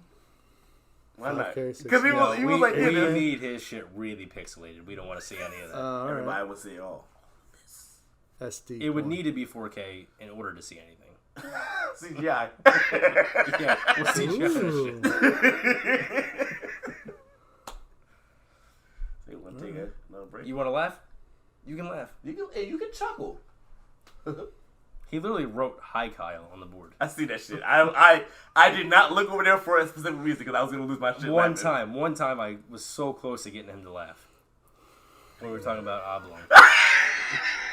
So close. The instant response, I was like, "What the fuck I did?" Well, it was a story about this girl that he wanted to sleep with at college. She was really unattractive. He had spoken about her being unattractive numerous times. Got really drunk and said how his dick was gonna do all the work and like he was gonna sleep with her. And like the punchline of the whole story was like, and he slept with her. And he didn't. But I almost got him to laugh. That was the closest we ever got him to laughing. So this is your job. You got this. I believe in you. Get him to laugh. Well, he's already been kind of laughing. Like he Did you laughs, do but he What won't he do needs it to out do is loud. he needs to speak. He has to laugh out loud though. We just want to hear him. You gotta hear his laugh. It's very Honestly, our worry is though that if he starts laughing, no one's gonna give a shit about what we have to say because his laugh is infectious. But we'll probably get mad views though for him laughing. Maybe. Hey, you're part of this whole squad. Laugh, chuckle. Maybe a bicycle. Carter's clown. like, how much longer till this shit's over? Tell us the meaning of life. Yeah. What's the purpose? Or What's it murder's like to be a vegan? Or murder's land crab. Carter said he loves it. All right, let's take a It makes break. him happy. We'll make him laugh when we come back. Broadcasting live from Noblemen Studios in Hoagie Country, New Jersey, off the banks of the malarial Delaware River. We're back for Cinema Avenue podcast. Episode 14. Episode 14. Honestly, you look like you've had a lot of hoagies, so I have. yes. I love that. Wawa's up the street. I could go for a hoagie. I don't think we have any food Bro, at home, so I might do a hoagie tonight. Oh shit! Do I have any? My oven fucking broke, so I might have to go get. I have leftover soup that I made the other day. You want a hug? Is that okay? You need a hug? You can talk about it. You need a hug. I need a hug because I made soup. Yeah. What kind of soup? Chicken noodle. My man. Steph didn't feel real well, so Oh, Steph, you good? made her. Looking at you would got make COVID. me sick. Oh. I'm joking. She took a test. She's negative. Why would you say that? You jerk. No, she just. We think being on the cruise and like kind of being confined to one space for a long time. Plus, we were at her aunt and uncle's house, and she's allergic to cats, and they have 2 cats. Did you hear about the whole monkeypox thing that's like going I nuts did, now? which you really need to worry about Why? because it. Yeah. Go ahead. Why? Go ahead. Go on. Yeah, dude. Why? Go ahead. No, let's see what you got. Go ahead. Tell the camera what you got. No, speak your mind. Say it with your chest. You son of a bitch. You know why? I don't. It's most prominent in men that sleep with other men. Oh, so you gotta worry about it too. Is that what you thought? Okay. Dude, you also go up to... This is the new video series that you're going to invent. You're going to go to random people and say, hey, you should really get yourself checked for monkeypox. And see how they react. No, I was talking to my sister about that. She said the same shit. I was just like... So accusing your friends, hey, man, look, you might want to get checked real quick. But go to the most conservative areas of the state and find the person who's like an old fogey who you know isn't gonna like take that shit. Just, get mad as hell. Yeah. Hey man, you might want to get checked That's out, good bro. YouTubing right there. We should do that. Oh. Random episode of... Look, we roast each other every episode. I'm down to go do that. Why not? We be like episode 14B. It was his idea, so we're doing it. I look forward to Go it. eat some check. Monkeypox. Let's fly it to Texas and do it. That's you. Oh. I don't think I'll survive. You'll get shot. I don't think that's good for me. You got to vest because that's not worth that for me. Oh, do you know that you cannot commit a crime in New Jersey while wearing a bulletproof vest? That's a law. So I'm supposed to die in the process of shooting somebody? So Wait. one of the trivia things on the ship, on the cruise ship that we were on, was like crazy laws. And one of them was, what can you not wear in New Jersey while committing a crime? And it was a bulletproof vest. But you're committing a crime, so Exactly, it makes they sense to don't- commit like 2 crimes at once and just Right, they don't care. yeah, okay. Exactly. You also can sue somebody. If I break into your house, I could sue you for hurting myself. Yeah, I know, but you would lose. Probably, yeah. But there's also one, I forget which state it was. You didn't sue anybody for anything. A little better. But there was one state, it was like, in this state, it's not considered a pickle unless it can... Cucumber? That's your answer, unless it can cucumber? You said pickle. No, it was unless it can bounce. Oh, that's interesting. What the That's fuck? like an actual law. So I know there are some restaurants out here that specialize in pickles, and I wonder. Yeah, get that check from monkeypox. man. Harold's. In, I don't know, There's also somewhere. one place called Elsie's. Okay, I don't know if you've heard of that one. I have not. Oh, yes, I have. They make sandwiches out of pickles. Yes, I have. That's Black not far Flash? from here. That's not far from here. Follow But them on we Instagram have to switch. sometime. We gotta take a quick break because Yeah. we're gonna die soon. Yeah. From monkeypox to yes. We'll be back! We're back again because we ran out of battery power because technology isn't good enough for us. We're elitists and we require better batteries. What are you, the fucking... That's the blower. No, you I'm suck. wacky waving flare alarm for too This bad. is like... He's a fucking We're battery gonna find out if that actually He's affects not the wrong. podcast. The batteries ran out. Battery. I Both of them, look actually. forward to the editing because there's not a second camera to cut to. Dog. I would have brought my camera and loaned it to you. I didn't know. Damn it. Alright, well, you're coming back to the podcast. Okay. That has to happen. Next time I'll bring my camera. So you bring your camera, because I had 2. I didn't set up the other one because it's like cut. Right. We have not had a repeat So guest his yet. job would be to walk around and what he could do is he could stop one, how we did it on one of the shows I was on is we had 3 like that had time limits. Mm-hmm. So you would start one, 10 seconds later start the next one, 10 seconds after that start the next one. Okay. So by the time you have to reset that one, you still have 10 seconds to reset that one. And so you never have to have breaks. And you can just intercut back and forth between the 3. That seems like a lot of work for Carter. I gotta give a shout out to Carter. You know what? No, It's no, an easy No, job. It's an I easy have to. Because the last episode, our Stranger Stranger Things Things, episode, phenomenal job. He did a phenomenal job. Let me tell Come on, you, stand up, take a bow. you gotta get in the camera for this one though. You did phenomenal. I'm so Come proud of on. you. It's Come on. appropriate to thank us for applauding. It Come is. on, you gotta Don't- get in there. Don't be rude. You have manners. We're all family here. Come on. Come on. You gotta get in the camera, dog. Oh, we got a thumb. You got a thumb. He did a phenomenal We got a job. thumb that's probably way out of focus. So Right? So if you notice, episode 12 is edited significantly better than any other episode. Oh, they y'all It's can suck my balls because to my Carter girls. did it. Carter did the Cinema Ave, the whole... And the rest of it sucked. Nah, I did... Okay, well, fuck you. You were ugly and that's why it sucked. You know, I do have a bone to pick with you. Why is only my footage blurry? I try to... Well, Do you think first it's off, adding I was... filters? You gotta remember, Yes. I was on camera with you, so don't do that to me. But the show was... I don't know why the shot came out blurry. But Probably because she was ugly. The camera probably was like, Probably because you don't know what you're doing, you videographer. Videographer. Say it correctly. Oh, I know that. Say it correctly. If you're gonna come at me, say it correctly, sir. Nah, I For years, he's been referring to it as videography. I make videos. That is what it is. No, it's not. Thank you. videography. Tell him. Well, videography. Yes, That's what I said. videography. That's what I said. No, you said videography. I did not say video. I said, you know what I said right now? Fuck you. Give us Doesn't another matter. thumbs up, Carter, if he's been saying video. Don't do it, Carter. Hey, don't do it. Don't you do it.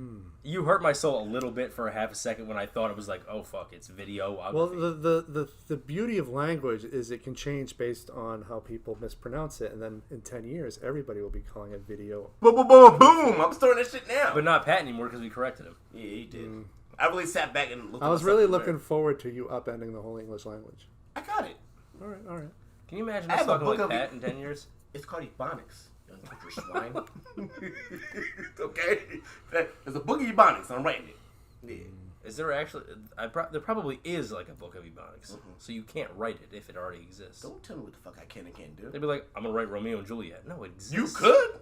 You could. And then I'll get sued. No, just call it Kyle and Steph. Who's going to sue you? What do you mean you get sued? I'll get sued if I wrote the exact same story and claimed it was mine. There's nothing technical. No, I'm not going to say that. I can't say nothing. There's a lot of things that are not really original. Everybody sees something and go, oh, I'm inspired by that. Let me do it my own way. But it's based on that. I'm saying if I wrote word for word, I wrote the same story. Yeah, that's dumb. Right, but that's You're what going I'm to get saying. sued. You're going to write the same book, so... Nah, but you're going to get sued. Exactly. Who the fuck does that? I'm going to make this movie and make it the exact same way as someone else did. It's like, Oh, Dua Lipa just got sued. oh, really? Yeah, whatever her really popular song was a song already. I mean, to be fair, I did have a situation where I was filming for a person who I made a video for a promo video, and someone else did a video, and it looked the exact same way as I did. Same song and everything. And they were like, oh, I didn't know the music was the same. So you watched the video, had no clue about the music, sounded like bullshit to me. Apparently Taylor Swift got sued. Yeah, I was just about to mention her. Yeah. By 3LW. Yeah. Ooh. She said I'd never heard of them until they sued me. I don't believe it because I listened to That's that song. disrespect. And it sounds the exact same. The hook is the exact same. I don't know what song she got sued for, and so I don't honestly know. So my question is this, as far as that goes, like, does the artist really know, or someone's like, here's this beat, try this out? Well, what they're whatever. going to do is they're going to bring it into court, and this is my pet peeve with the whole system, is the people who are going to make the decision don't know jack shit about music usually, but they're going to compare and contrast the hook, because that's the thing that's in dispute. And ultimately, I think she'll lose. She'll lose even if she wins because it's bad PR for her. It's essentially, I don't know if you saw the movie Bring It On, but the white cheerleading team stealing from the East Compton Clovers. That's really bad for Taylor Swift. Okay. Especially since she made millions off their music. Yeah. That kind of happened with Cardi B. That song is when it's up, it's up. Apparently, somebody from New Jersey, I actually know, made that song prior to it coming out. So. Okay. Well, Juice WRLD got sued. Yeah. Now, they're either. Let me just wrap up the Taylor Swift thing because I've been reading. It's really important. There's a very good chance that maybe she did write it and she didn't know because that happens all the time. It's a possibility. Like people just nothing's original. Eventually, somebody was going to come up with "play is going to play, hate is going to hate." That's the hook. Yeah. And in which case, though, she'll probably still end up paying for it. Yeah. Because she didn't come up with it first. Yeah. What were we gonna say? Like the Dua Lipa thing. I don't think she wrote her own song, so she probably had nothing to do with it. And it was like a nobody reggae band that had made the song like the 90s, and then she made it and got real popular. It was on the radio. I forget which song it is, but she didn't write it. She just sang it, and she's ultimately going to be the one that gets screwed. Yeah. Just like Drake. Oh, thank you. Yeah. Just like Drake with the "I'll Take Care of You." Do you remember that in poetry class? We learned about that. You probably didn't because you hated our teacher. So was I. I do remember him being mentioned. Yeah. So that song "I'll Take Care of You" is an actual poet who said that. Same beat and everything. And Drake. Is it Walt Whitman? No, it's not.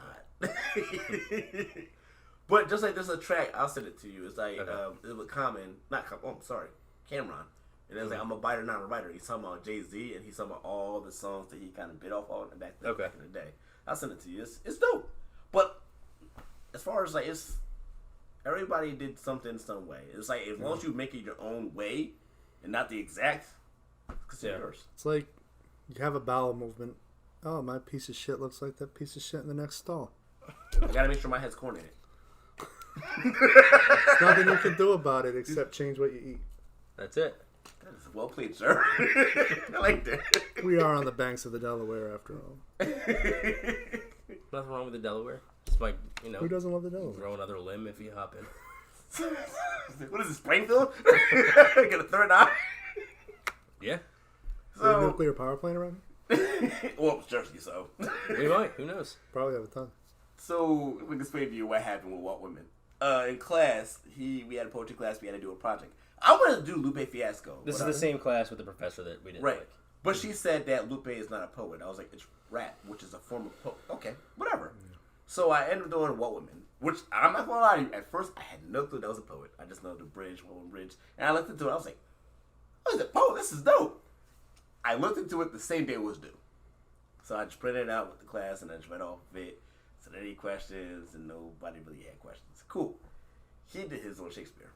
Our teacher is a dick.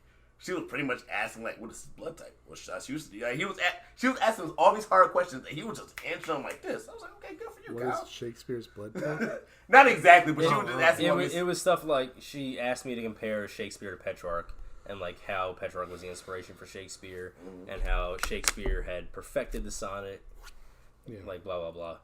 And what questions did you get? How does it make you feel? Yep. Yeah, how does it make you feel? Yeah. And I was like, it's good. So, one... We got the same grade. We've already established that she was a massive bitch. But... Yes.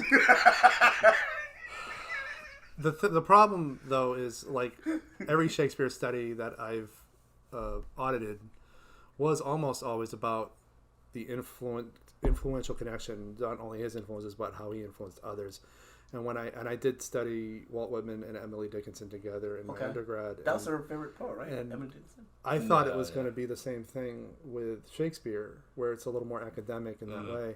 But the professor's just like, you know what? Just write down your thoughts to everything you read, and as long as you do that, you pack fucking A for doing nothing. Right. Like, I don't know, man. I think it's the authors. They just are teaching them differently. My teacher both of my grade, because I had two classes at the same time. It was web design and microeconomics. And they fucked up putting on my schedule at the same time. They were like, if you take it next semester, you guys stay on next semester instead of graduating at this time. I was like, fuck that. Yeah. So half and half between two classes. So my web design teacher, he gave me like a B, and I was like, man, I'm banging out straight A's. I'm trying to get something. He was like, yeah, man, I didn't go to lunch. Like I gotta get lunch. We'll talk. Like a cheesesteak or a hoagie would be really cool when I get from lunch. And I'm like, yeah, we'll go to Wawa to see. He was like, yeah, cheesesteak or a hoagie would be great, and a coffee. I was like, go to Wawa. He was like, I can't really leave right now, but I'm craving a cheesesteak. And I was like, oh shit, got you. I came back. He was like, yeah, thanks, A+. I was like, winning. But he was the coolest teacher I ever had, though. He was really, really great. But that shit was funny as hell. Yeah. You gotta suck up to him. That's what it is. Yeah. I refuse to suck up to this lady. No. You would have felt it anyway. It doesn't matter. Oh, yeah. You came with glasses, bro. Sunglasses. There were some I didn't like, but I just challenged them and challenged whatever they said. Well, I had an art teacher at Camden County College who sounded like the dude from Harry Potter. What's the dude with the hair? He was very like Harry Potter. Like he had very just monotone. Alan Rickman? I guess. Are you talking about Snape? Yes. Okay. Yeah, it's Alan Rickman. He sounded just like that. He's like, today we're gonna learn about trees and how the bend trees and draw the limbs. I was like, this is fucking ridiculous. So I dropped his class. Like he used to always say some stupid shit to me, so I dropped his class. No, this is what you should have done. So say today.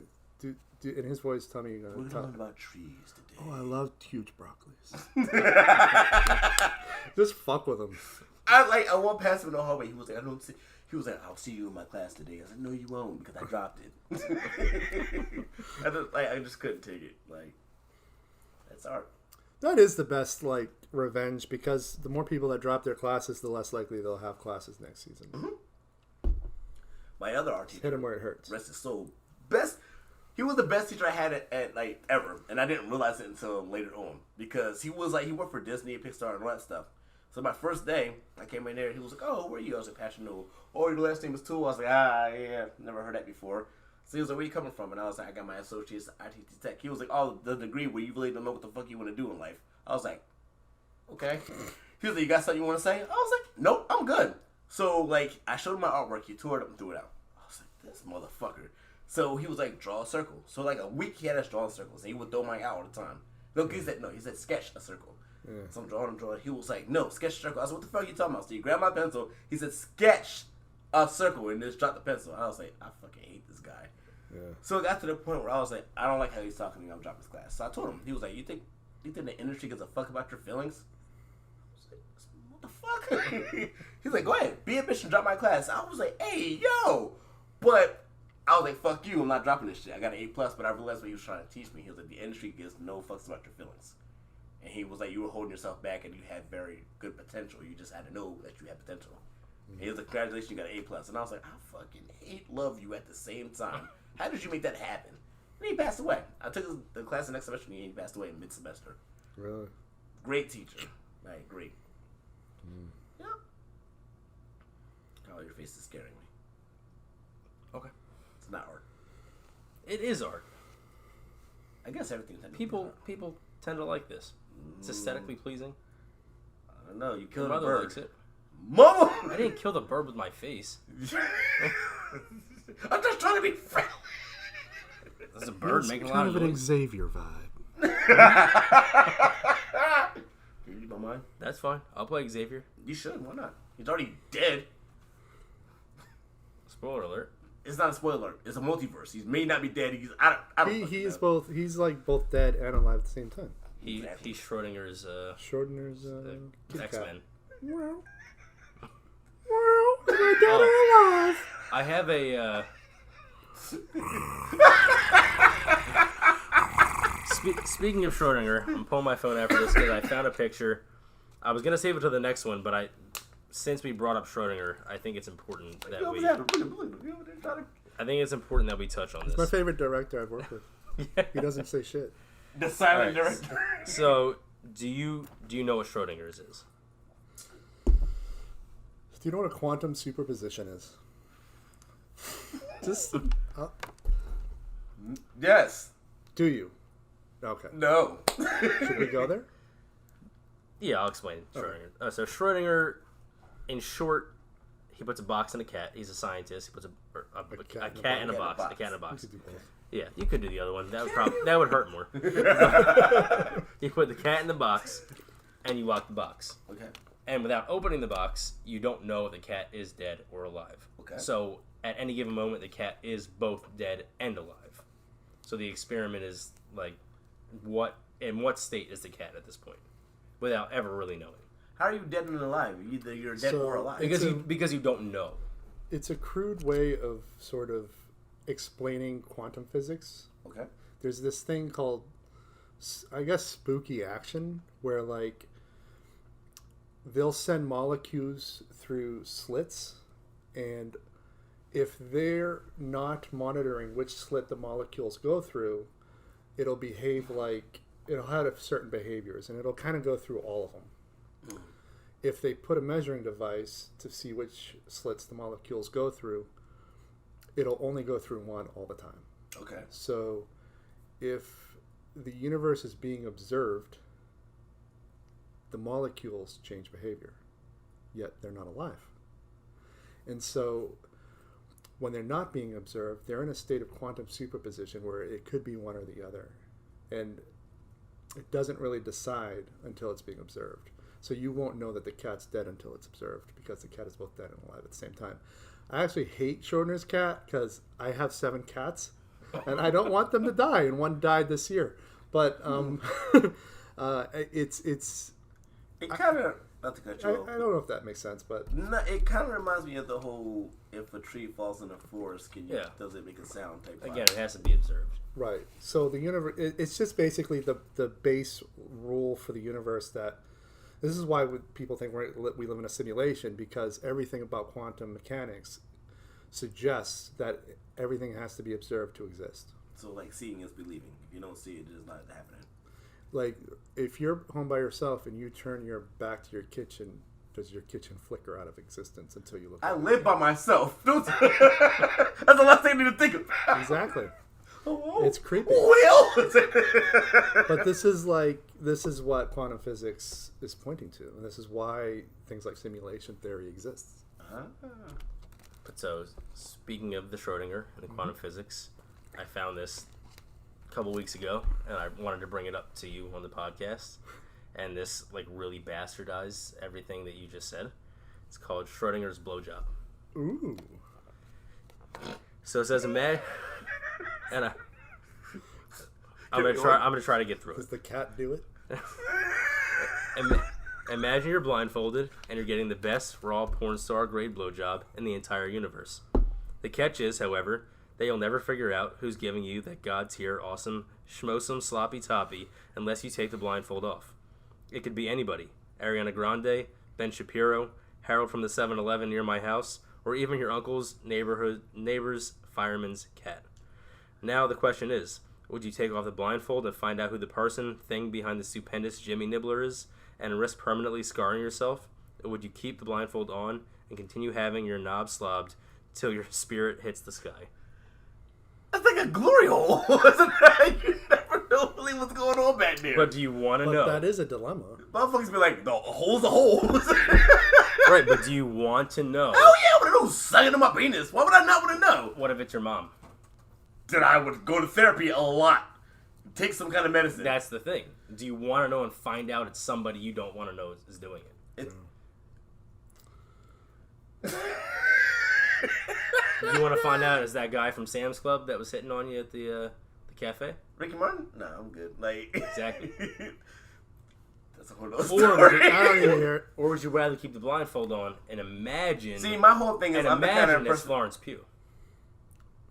But it depends on the individual person, because some people might Lord. not be able to get anywhere near to starting that thing unless they know who it is. That's Right. my whole thing. I'm like, the there's a curiosity. visual- It would, for the rest of my life, it would just drive me nuts. I'm like, who did it? So you'd rather know. Who gave it to Felicia? You'd rather Professional. You'd rather know when it be somebody that you're really disgusted by, just so you can try to. So I fix can live that. the rest of my life at norm? Yeah. Okay. That, alright, I'm asking you a I mean, if question. he wakes up in the middle of the night and it's happening and he can't see, I guess the thing is, called rape. you would want to turn. Would you turn the light on? Would you turn the light on? If I live by If it was myself, fucking amazing. if I live by myself and wake up in the middle of the night getting a blowjob, I'm not turning the light off or light on because ignorance is bliss. Exactly. So that's I tell Carter shit all the time. He was like, I was like, I don't know, I think there's something here. He was like, why don't you set up the camera? I said, fuck no, I'm good off of that. So it's both Florence Pugh and the guy from Sam's Club simultaneously because you have no idea. I guess ignorance is bliss in that sense. Yep. Would you want to know? I don't know. I don't have an answer for it. That's why I asked you. I don't really have an answer. That's like, Carter? would you want to know? I don't want to live in a universe where this is a thing. Carter's about to put yes. I always ask people stupid questions Alicia like that. Keys? $50 million. Would you get somebody head? That's a guy. Probably not. There's other ways to get $50 million. $50 billion. I would do it for $50 million. $50 million would do The it? problem is with my luck, the moment I get $50 billion, it would be completely worthless currency. It's still fiat currency, which means it could drop at any moment. My boy was like, fuck yeah, I would do it. I was like, so you will be okay. Just sucking on a dude's dick. He was like, $50 billion. And I was like, for the rest of your life, you gotta know that you sucked some dude's dick. Yep. And he finished in your face. $50 billion. You cool with that? Well, you didn't say that at the beginning. Yeah, well, you didn't look at the contract. It's just like everybody But who also- gets cable. Nobody reads the final line. But also, you know how many nice things I could do for Steph with $15 billion? Have a mouthful of semen? That's not nice, is it? I would have it professionally cleaned. But in your mind, it was still there. Nope. You don't got the Men in Black I'd mind. give myself a thing. lobotomy. Okay, the caveat though is it has to be filmed in 4K and available on all the platforms. Nope, that was Porn, not part of baby! the deal. That was not part of the deal. But you can get Is me. it like Japanese porn where you can't see my face?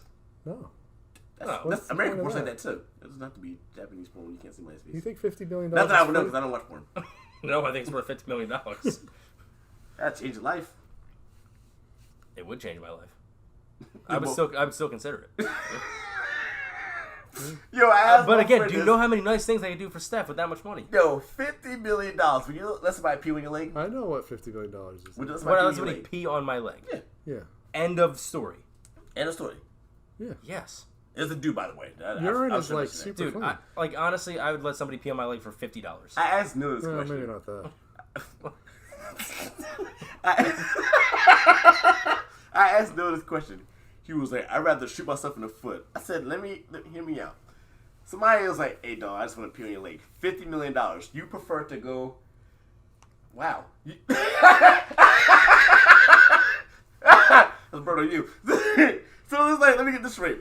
You rather... For the viewers at home, our director put a sign up that said Pat did it for free. Pat peed on my foot for Just free. so there's context. If you've seen all the episodes, you know that Pat has peed on my foot. I was intoxicated beyond all reasoning. He was so drunk that I had to hold him up while he peed, and he splashed on my foot. See, he's a good friend. He wanted to do a job. Was it like a He's full doing splash? his job. Yeah. I'm being a good friend. I would take care of you. You got drunk. I have taken care of you, but got drunk. But never. I've never been that drunk. I don't ever plan to be that drunk ever again. He fell down the stairs. Oh man, And we I got had- to this little story. Yup. This is based on a true story that didn't really happen, but it did. Just because Pat doesn't remember it doesn't mean it didn't happen. You have a camera, video proof that it happened? Yes. Like, You thought about it, though. I did. I was scared. But yeah, Neil was like, I would prefer to shoot myself in the foot. I was like, Neil said that? I said, you have a son who pees on you for free. He's probably peed on his face. $50 million? Which leg you want? I'm saying, man, $50 million is a lot of money. Yeah, that's not that bad. That could change your life. It wouldn't. I'd do that. It wouldn't take much to let somebody pee on my leg, honestly. Like, just to get paid in general for that. Yeah. I've already done it for free. It can't be worse. But the funny part is, this man had a whole story behind the situation. He was like, "So I'm in a dark alley. Dude walks up like, yeah, man, I'm gonna peel on your foot." I said, nobody said any of that happened. I just said, dude, $50 million, peel on your leg, briefcase full of money. I feel like people say no until you see that briefcase and you open it up and you're like, "Did you drink a lot of water?" Here you go. But yeah, wouldn't take much. Episode 14. We're peeing on people's foot. I could use all that money to go to Disney. You want to spend all that money at Disney? I would move there. You could probably use that money to buy Disney. Yeah. Probably could. You could buy like at least a majority share. Yeah. There you go. Disney owns everything. Probably this show right now They own a lot. that we don't even know about. Yeah.